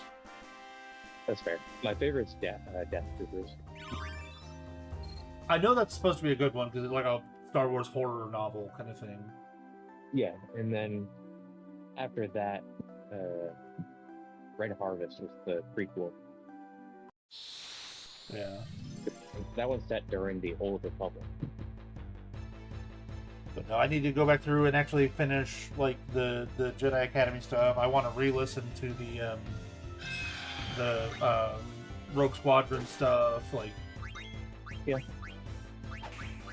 I feel like Wedge Antilles needs more love in canon.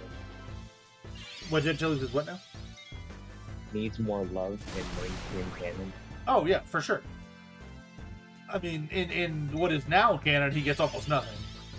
They tried to turn Poe Dameron into what Wedge Antilles earned. Yeah. And that's the biggest problem I have with Poe. Like, I think he would be a fine character.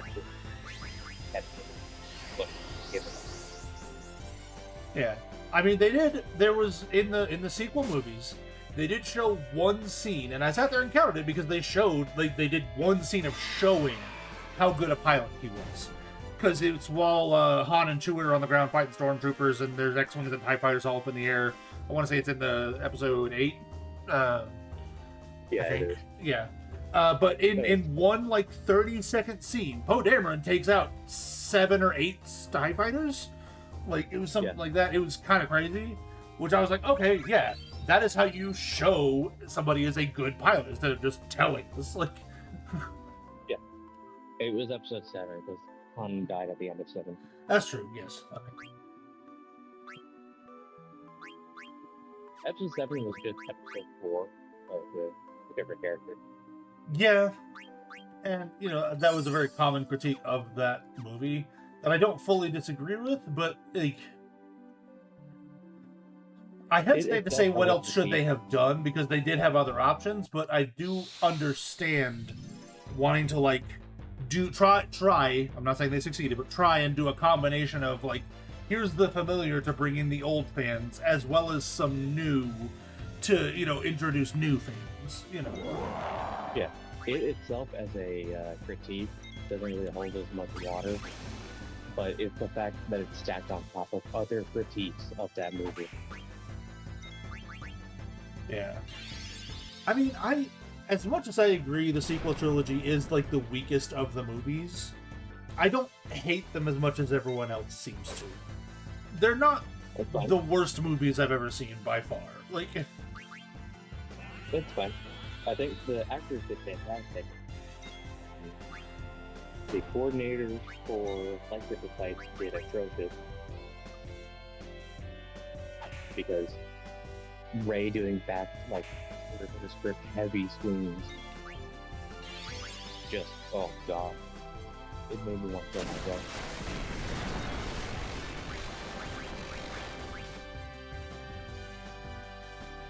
It was awful. And then she supposedly the stand up for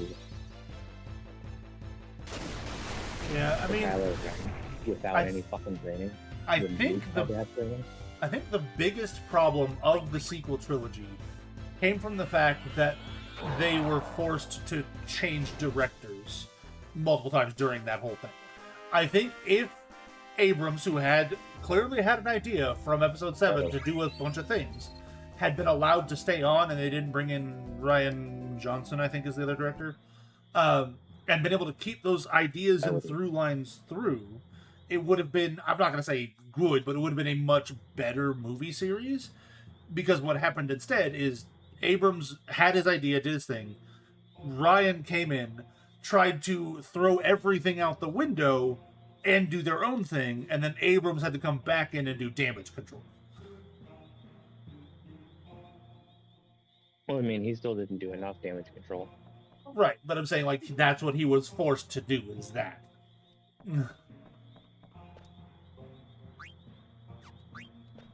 He wasn't allowed to just continue what he was trying to do.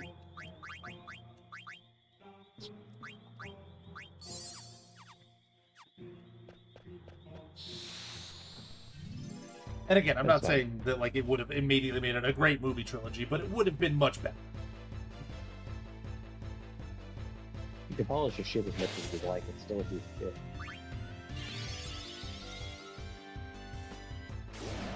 I mean, think of how much time and attention was spent in episode 8 with, like, plot lines that didn't matter and nobody cared about. That was just the entire plot line of the trilogy, for me. Didn't care about it. But, like, they spent a good, like, third to almost half of the movie doing the go get the slicer, which ended up actually, which if that had been what it was, could have been fine. But it ended up turning into, like, well, we're going to free the animals and feel good about ourselves. Yeah. And the slicer wasn't even the slicer because the bad guy. Right? What they did meant nothing because nothing changed when they got back. Yeah, and that's kind of what I was saying. Like, they spent a ton of time doing that, and it ended up not mattering at all in any capacity.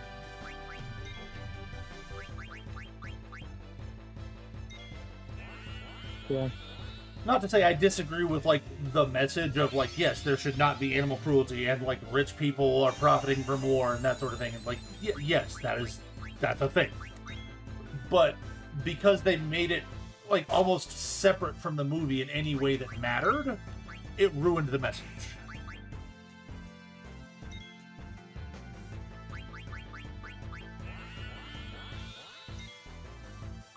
Where did they get the resources to build Star Killer Base? I mean, the idea was the Imperial Remnant, and again, this takes place like 40 years, so they had plenty of time to sit there and build up and do whatever. It was the Imperial Remnant, so they had access to Palpatine's stores, and Palpatine had stores and stashes all over the place.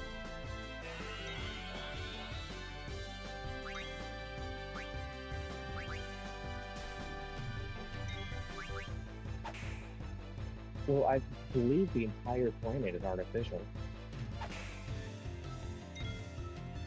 Like, it wasn't built into a planet. The planet itself was built. Oh, I thought it was built into a planet. Okay, I don't know. Yeah, let me look it up, because it could be wrong. I don't think the movie ever really goes into it too deeply, though. Yeah, the somehow Palpatine returned again was just an attempt at damage control.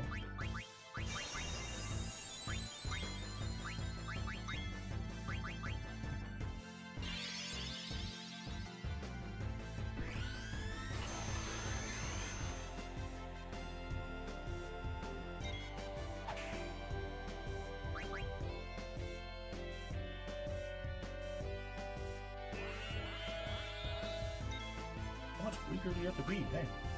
There's no way. He was built into Ilum. I mean, remember that they had thrown out everything that was canon at that point.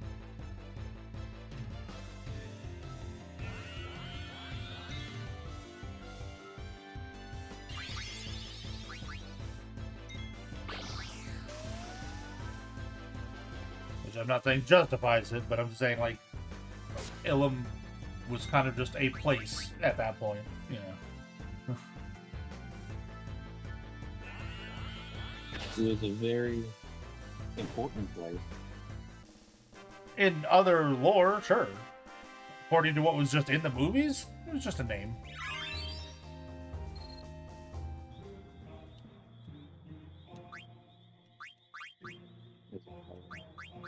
Oh yeah, no, I that's... hate that people even more now.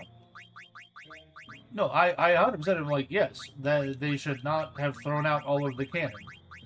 Did they need to kind of reset large chunks of the canon to not make it such a complicated mess? Maybe. I could maybe see that. But by just broadly declaring that nothing was canon, that was a bad move to make. Correct. Stupid bitch. And trying. I'm coming. I gotta skedaddle.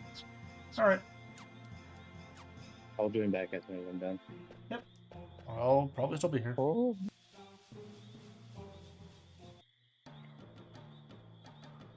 Time to catch forgs. Diavo, you are catching forgs.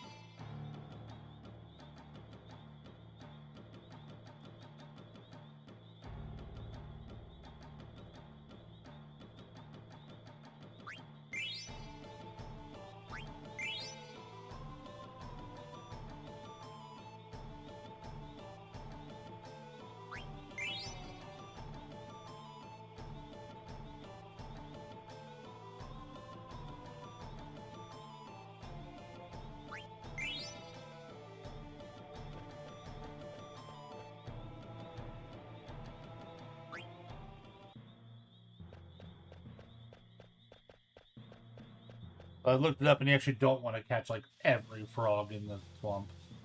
Because then they don't make more frogs. At least not as quickly.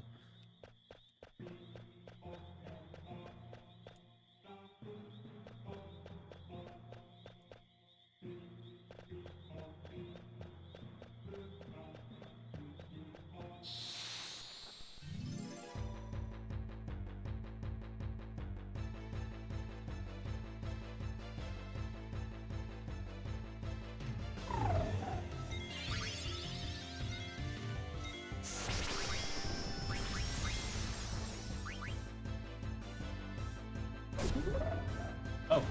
Well, okay. So much for eating that.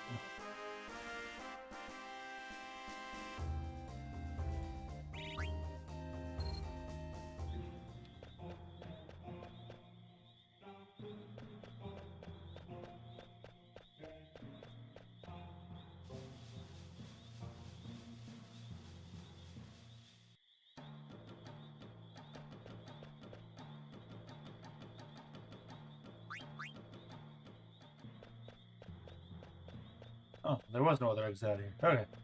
That's all that's in this marsh.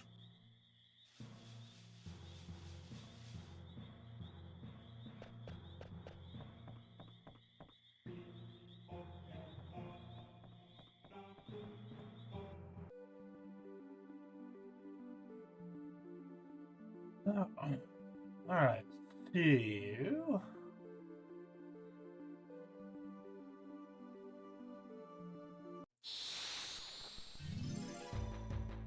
We gotta figure out where we're going here.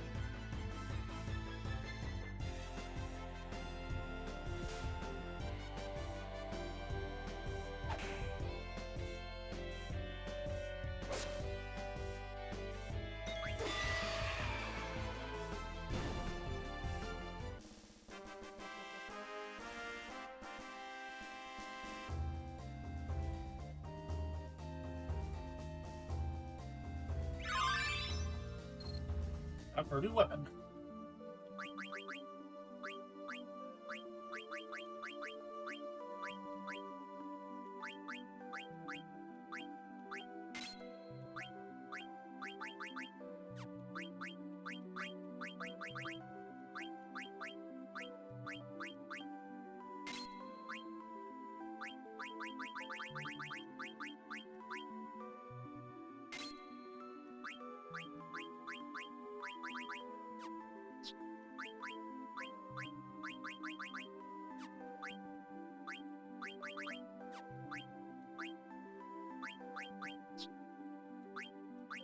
Almost took her over the new weapon there.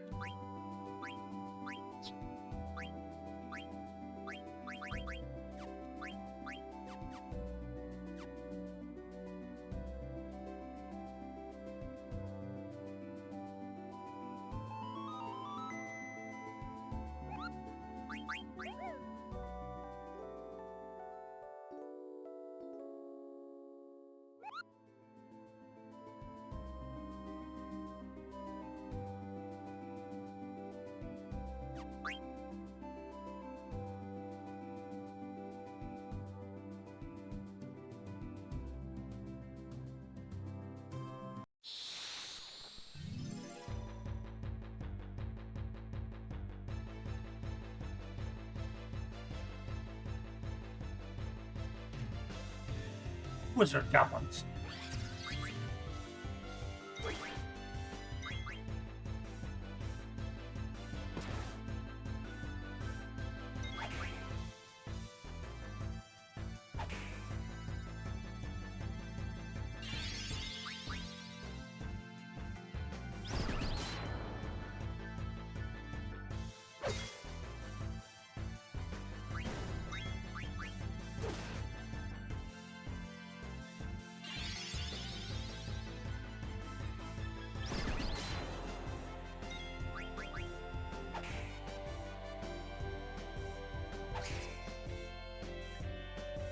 Gonna see if I can eat the goblin and get goblin punch, but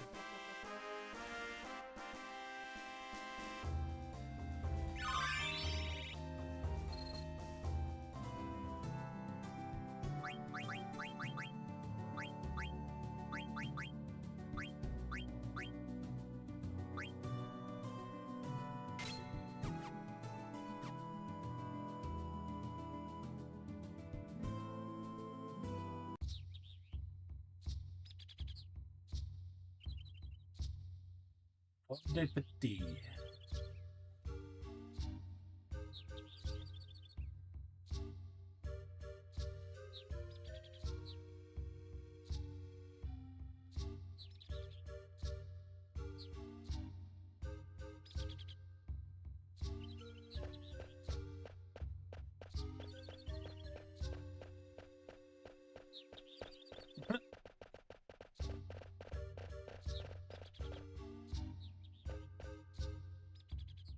Hello, sir.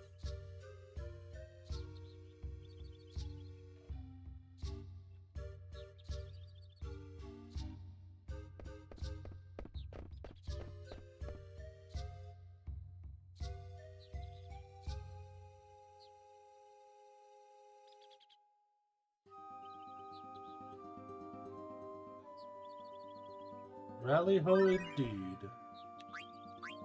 Rally ho indeed.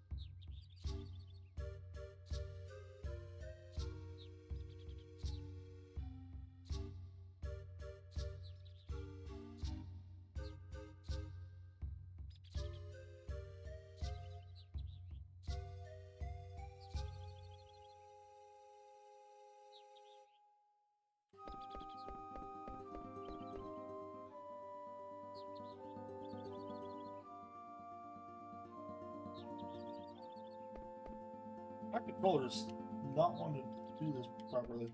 He's like randomly pressing things twice.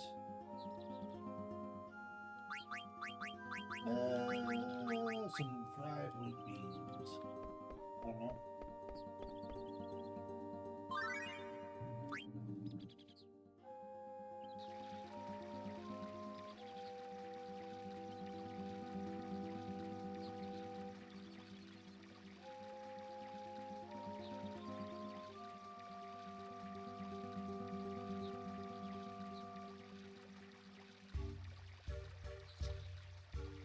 Jinkus Empty Bottle. I need to name an NPC in one of my D&D games. Jinkus Empty Bottle.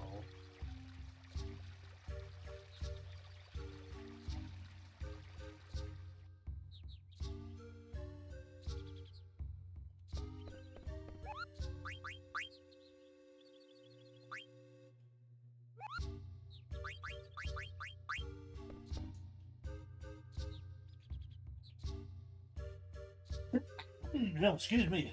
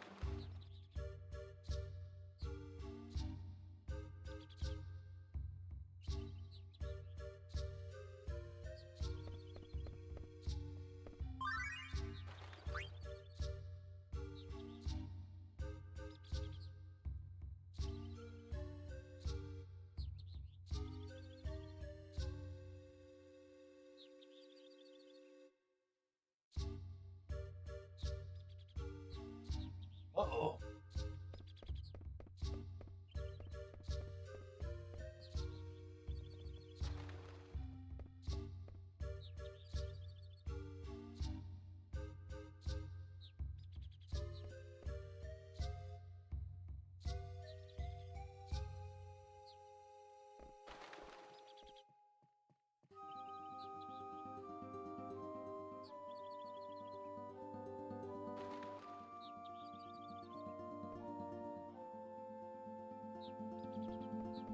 Even if I go rally ho?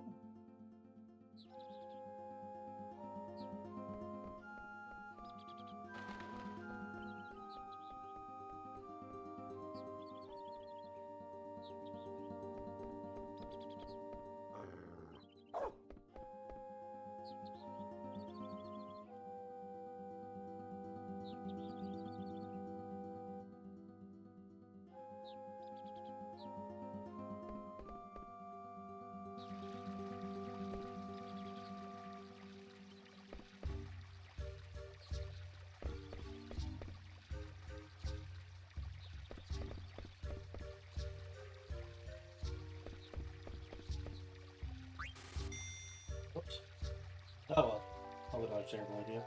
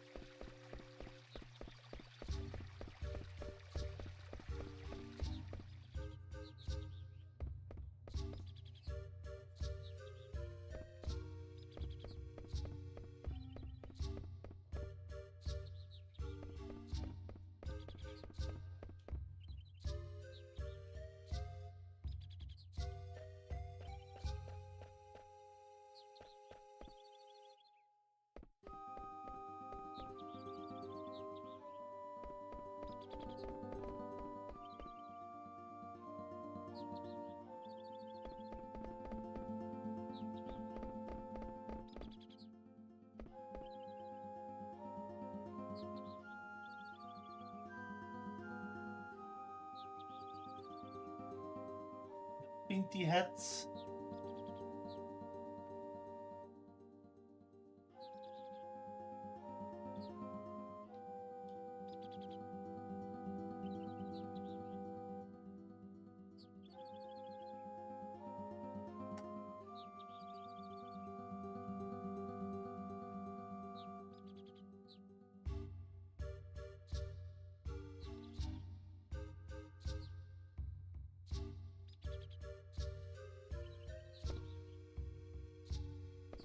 If there's anywhere else I need to go investigate. I don't think so. At least not yet.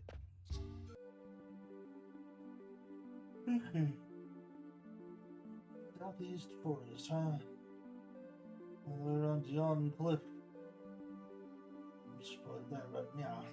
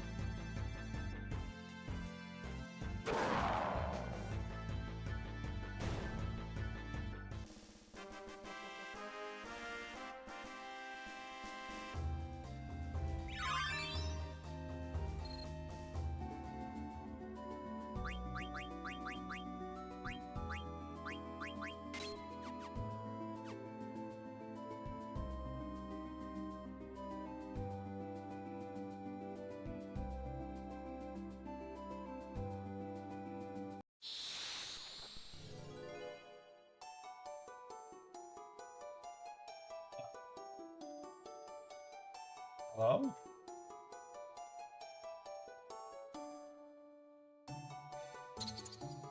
You want some ore? Yeah, I'm pretty sure I got some.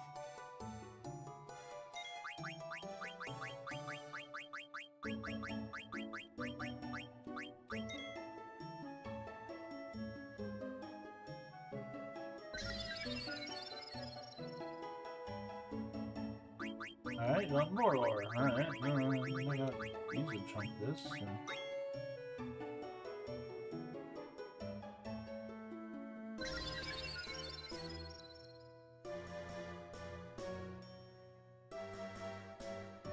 Tell Yeti you said hello. Okay. Sure.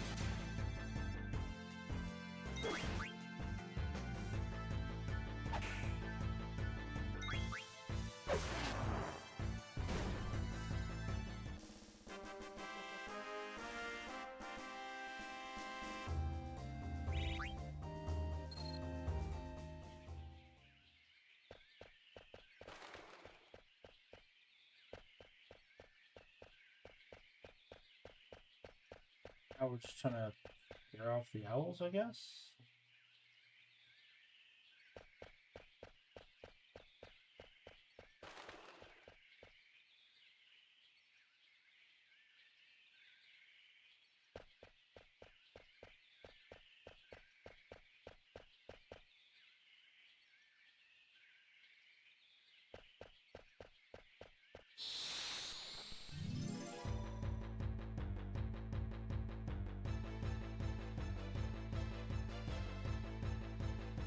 Oh.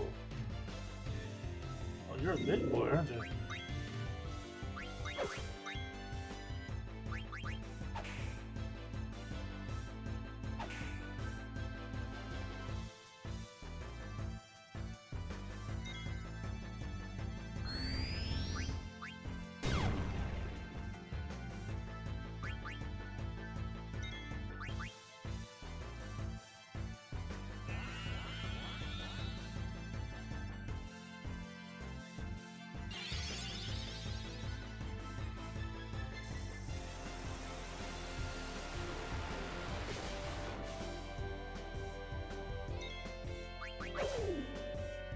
Dang it.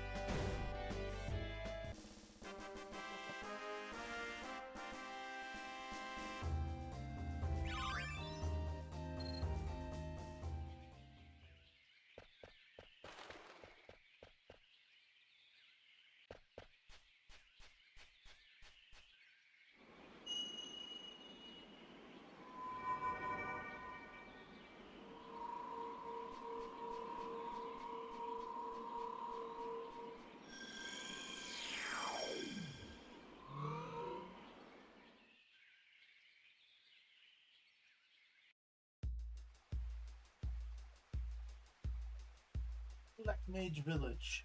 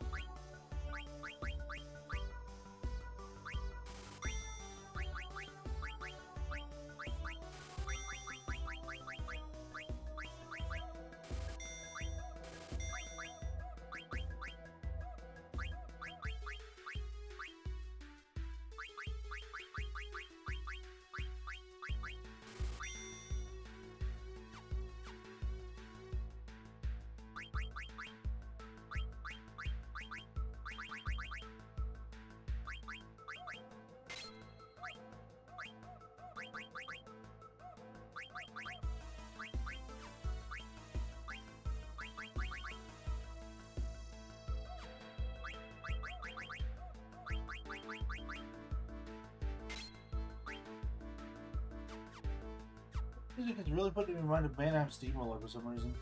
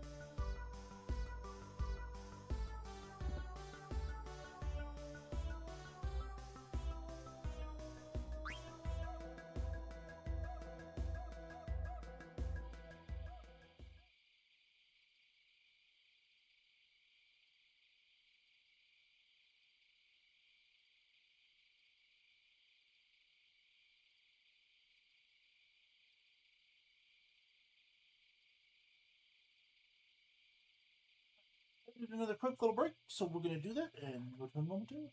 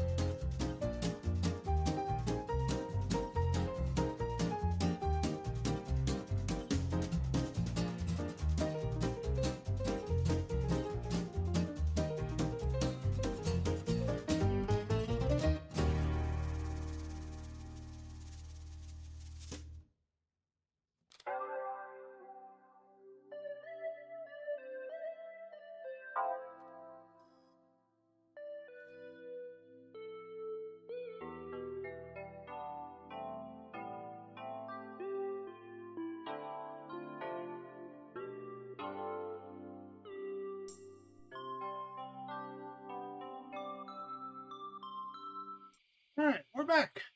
It's time for one more stretch of Final Fantasy here.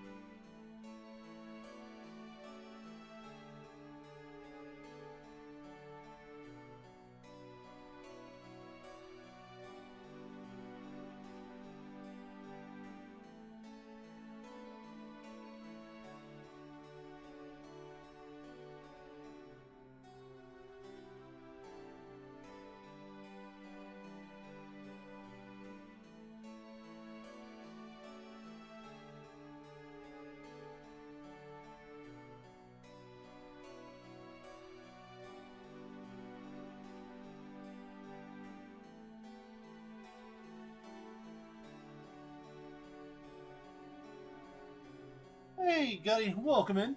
We're doing alright, just playing some more Final Fantasy. You were going to go see He-Man today, right? Because you saw Backrooms last week.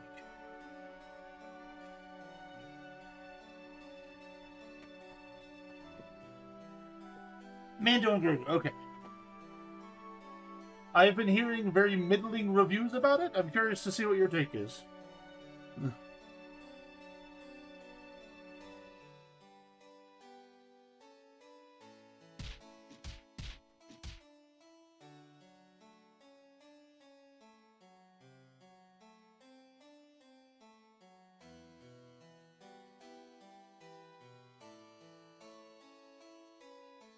Hey, I mean, do what you gotta do, right?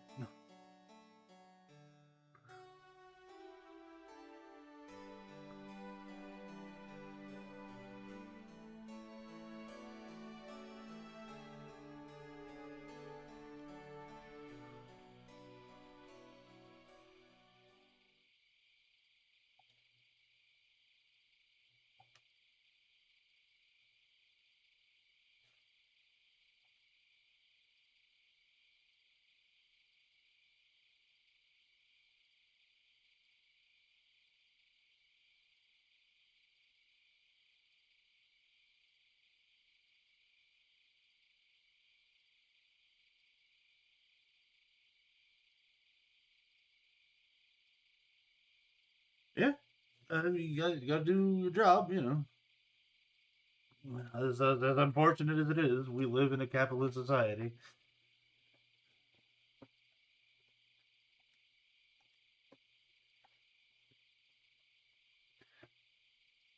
But here I am, you know, providing what Final Fantasy I can in the meantime.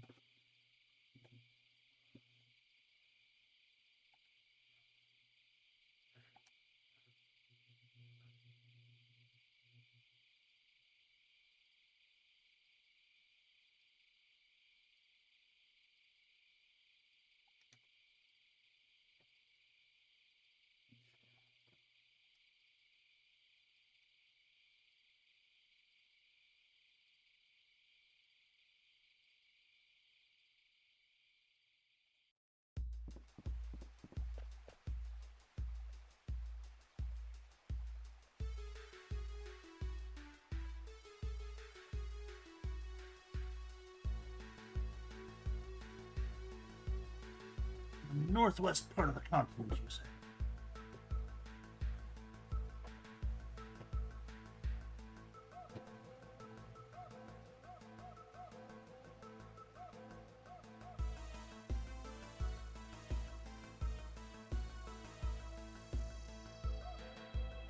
source of the mist as well. Interesting.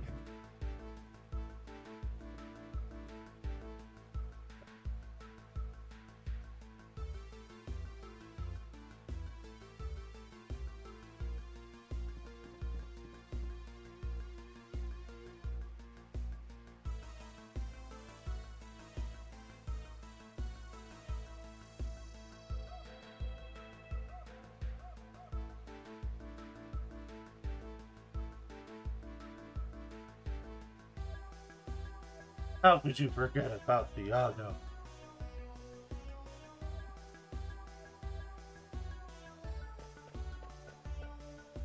You cannot be rid of me. Not to be rid of anyone, ever. Correct.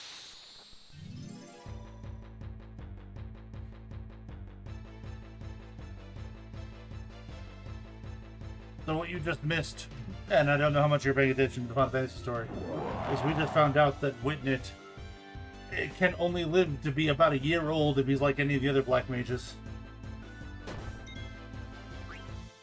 So what is he? Like, why is he not one?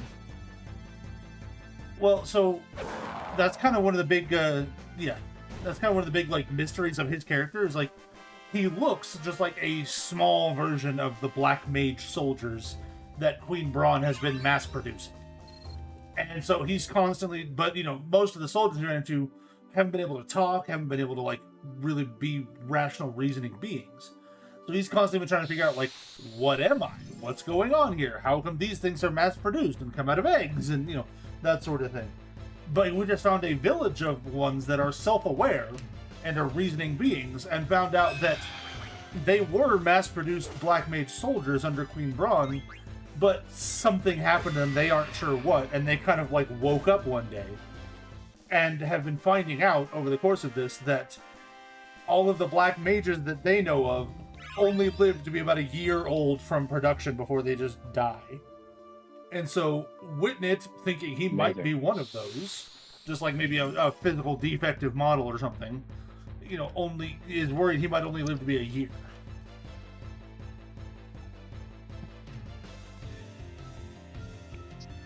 Defective model does sound like Witnett. Just in general. I mean, he is a crazy powerful mage as well, so,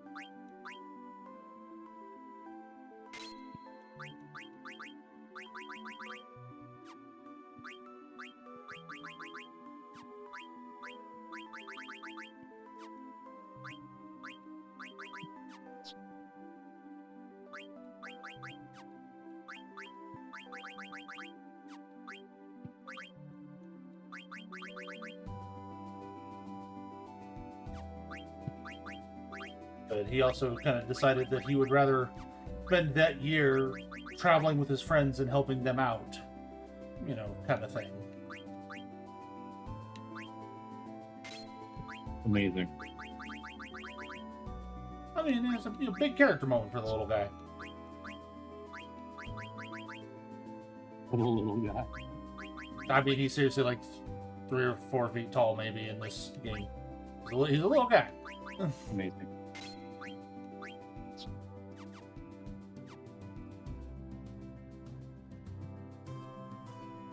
He is very much the embodiment of, like, don't talk to me or my son ever again kind of thing.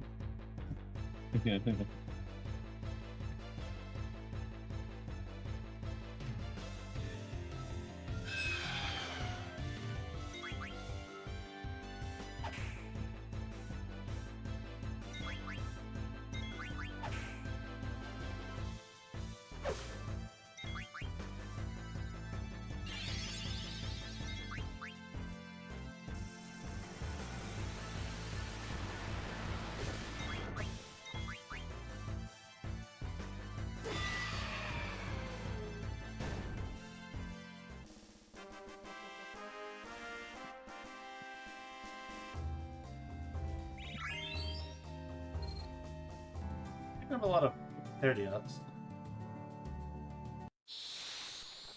What's that? But I was looting a lot of Paradiots from enemies, the gems.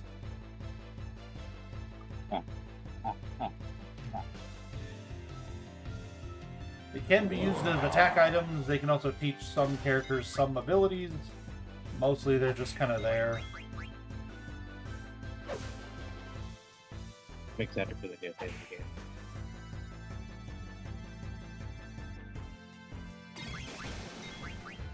I know you're not a huge like Final Fantasy fan. Like I know you like some of the newer ones, but I do highly recommend this one if you ever like wanting to try one of the more like turn-based ones.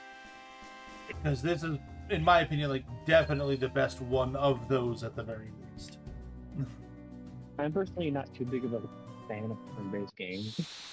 Like, I didn't even play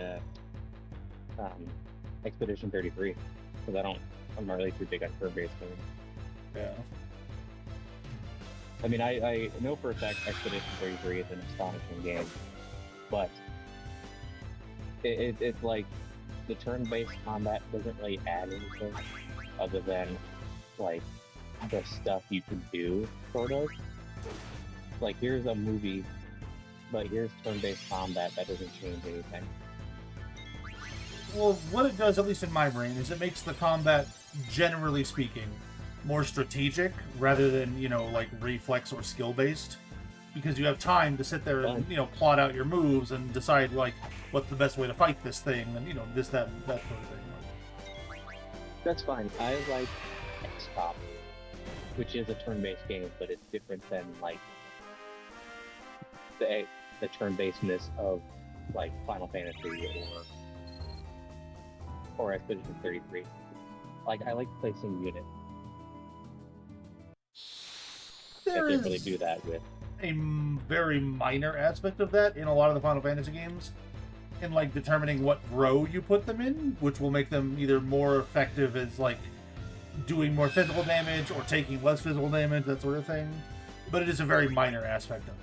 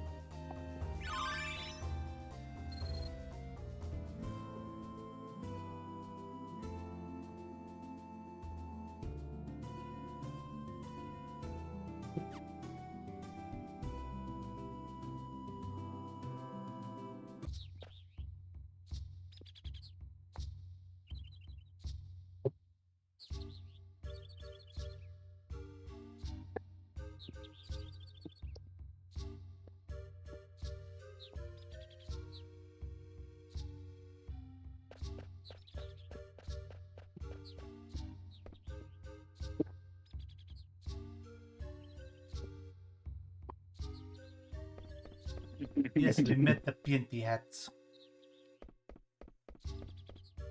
What's that? I was talking to the character in the game. They were asking if I met the Pinty Hats, and I met the Pinty Hats.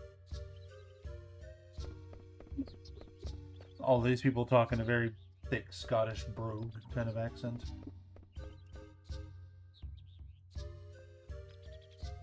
No, there's an inn around here somewhere. Where is it? There it is.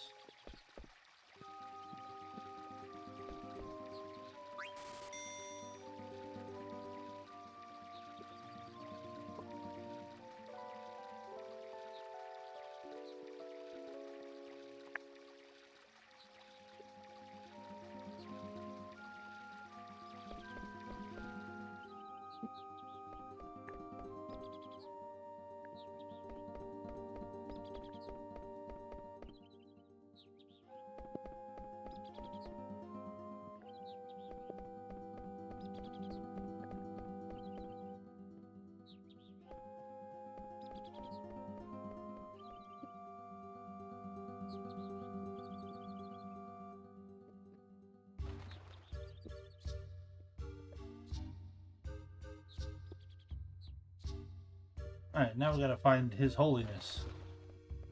So we can go to the ceremony so that we can proceed to the sanctuary.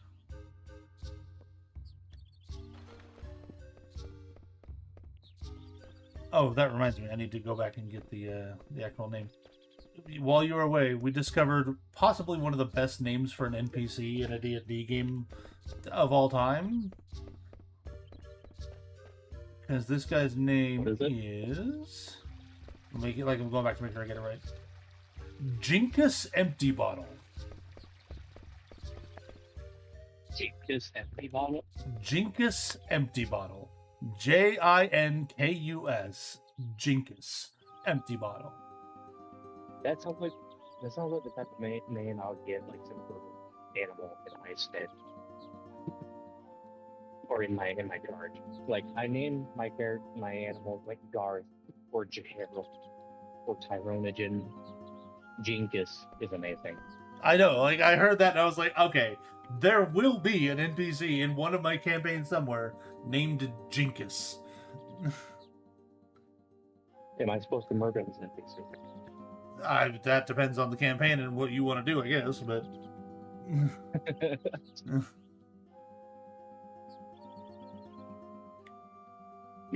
If only the Final Fantasy TTRPG wasn't just 4E. Yeah, that was making me sad the more I found out about that. Yeah. It's a big game.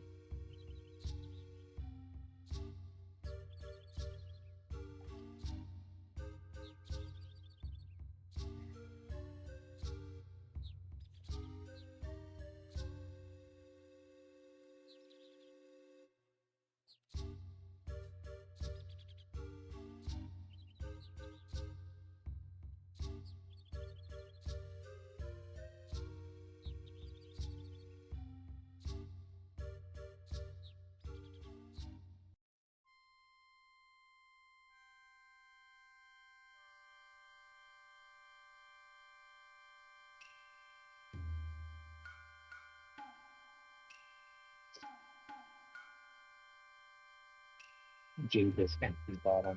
Yeah. What a fucking name.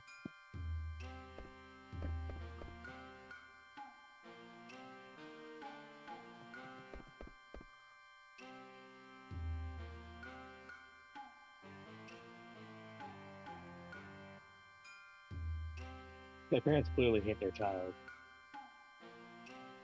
I don't know. I mean, like... Maybe they think it's a good name. I have no idea. It is an amazing name. Like...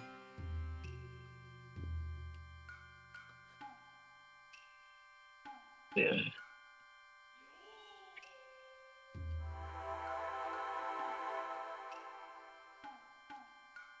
I do wish there were as like actual companions you could have in Final Fantasy 14, as opposed to just here you can summon your bird mounts for combat every once in a while. Yeah, I mean... But I do like that it's not reliant on companions like SOTOR is. Yeah. This is something I was having to kind of have a discussion with T about, of like, Final Fantasy has never had like a minion master class in any capacity. Sure. So it's, you know, he keeps wanting a minion master class in Final Fantasy. I'm like, that's not going to happen. Are they going to be releasing the limited jobs as full jobs at some point, or will they stay limited? To my knowledge, they stay limited. Okay. So what's the point of having them then? Because they are designed to be able to like be solo content. So they like, the only reason the limited jobs are called limited is because they can't do like dungeons and that sort of things with other people. They are still content that is fully playable, and they have like an end game content of their own within the limited job. But you know, they're just not designed to be played with like other people. Well, the problem is they cap out at level 50. Well, we only have the one limited job to say for sure right now, and that's Blue Mage. Fair. When I hovered over Beastmaster as well. It's a limited job, or not covered over. When I was in the job wiki on Final Fantasy 14's wiki, it said limited jobs are capped out at 50. Okay. Just as a blanket statement. Yeah. Which, you know, the Beastmaster will be a limited job, which is not out yet, so maybe they'll change that. But they're also a job that when you get them, they start at level 1, so they have like a 1 through 50 of their own kind of thing. Oh, okay. At least that's something. Yeah. So yeah, that's kind of the idea behind them, is they are just solo content. I wish the game was more multiplayer. Yeah, it's a baffling decision. Like, it's still a very fun game, and I like it a lot, but it is a baffling decision.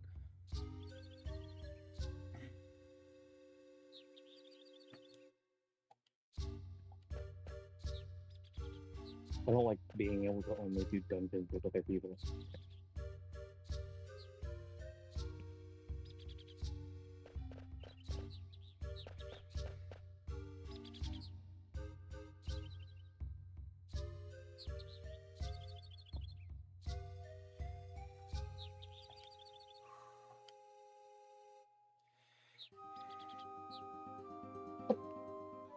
I think it's feeling up nice, though. It doesn't hurt to open a close anymore. That's good. Speaking of dungeons. Yeah. Because I was playing Ancient Dungeon with Connor. Yeah. Good game so far. I enjoy it. I'm definitely better with the melee than I am with any of the ranged classes. I think they did it pretty well. You have to unlock classes by finding parts of the weapon that the class uses throughout the dungeons. Yeah, I've played a couple of games that have a mechanic like that. I think it's pretty cool. I might try Viper. Well, not might. I'm going to try Viper when I get to it.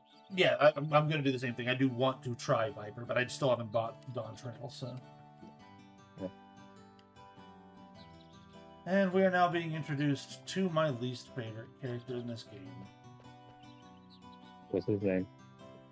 Her name is Aiko, by default. Awesome. Just leave it at that, then. Actually, least favorite character, name him Ryan.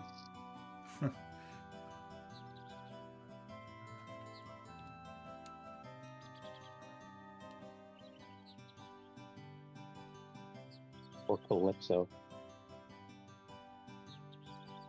I just hate that name in general. Calypso. It's not the worst name, and it makes sense if they were like a, you know, a C-based character, which they were. Why does it make sense for C-based? Calypso is one of the, I want to say, Roman entities of the sea.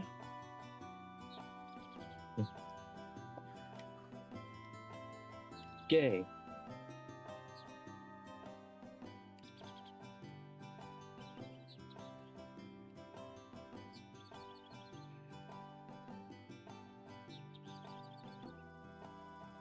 Well, we get to name Aiko. 8 characters here. Ron.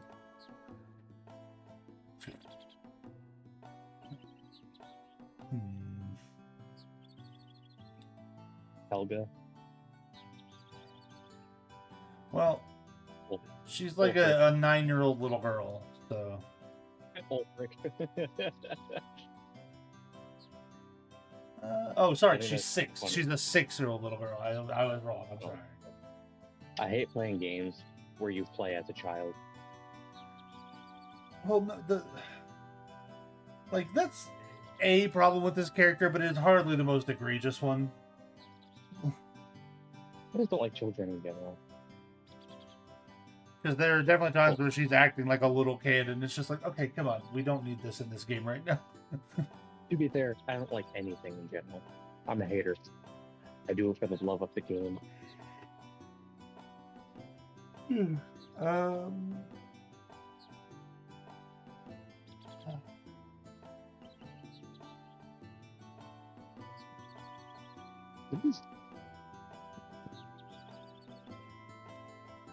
gonna go with. What's that girl's name from Futurama? That Bender kills back. Or no, he doesn't kill her. He revives her by tap dancing on her. That is a very specific episode that I am not recalling. But Nix knows what I'm talking about, but I don't think she's listening. Yeah, in a meeting still, I think. They did say the meeting would likely last quite some time. So. Let me look it up.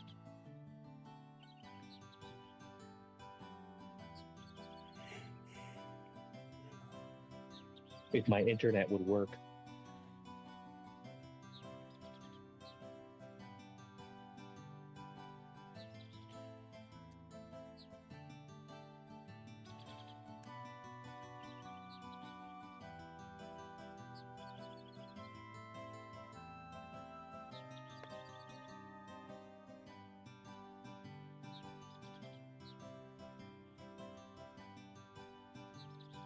Tanya. Anya? Tony. Oh. Okay. There, we now have Tanya. She's also 6.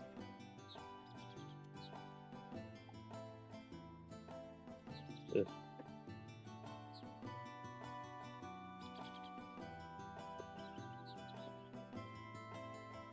Excuse me. Bless you.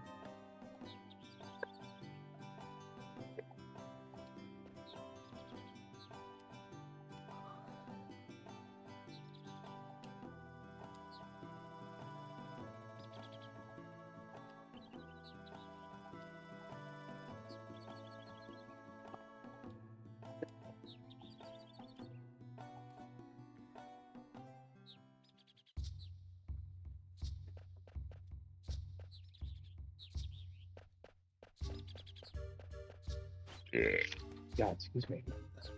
Are you okay? Yeah, I've just been drinking a lot of drink. Getting that sip. Yeah, I'm sipping.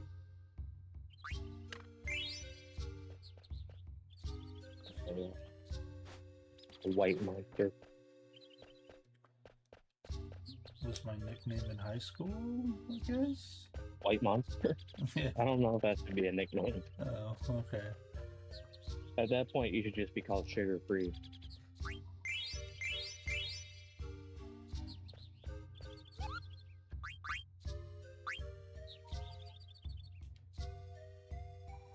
Which would be a pretty funny nickname.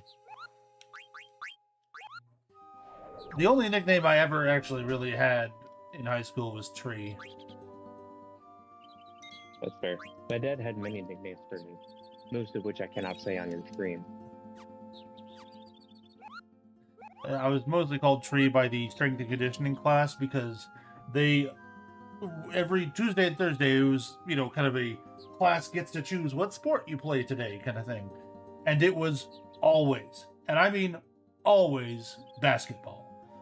I don't particularly care about playing basketball, but I was required to participate.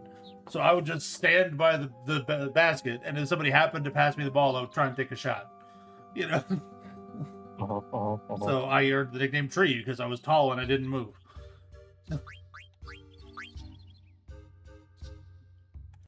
Alright, I do think that is where I'm going to wrap up the stream for today, though. Okay. As always, we appreciate who shows up and chats and lurks and follows and all that particular brand of shenanigans. Current plan is probably more Final Fantasy throughout the week. And then we'll catch you guys next time.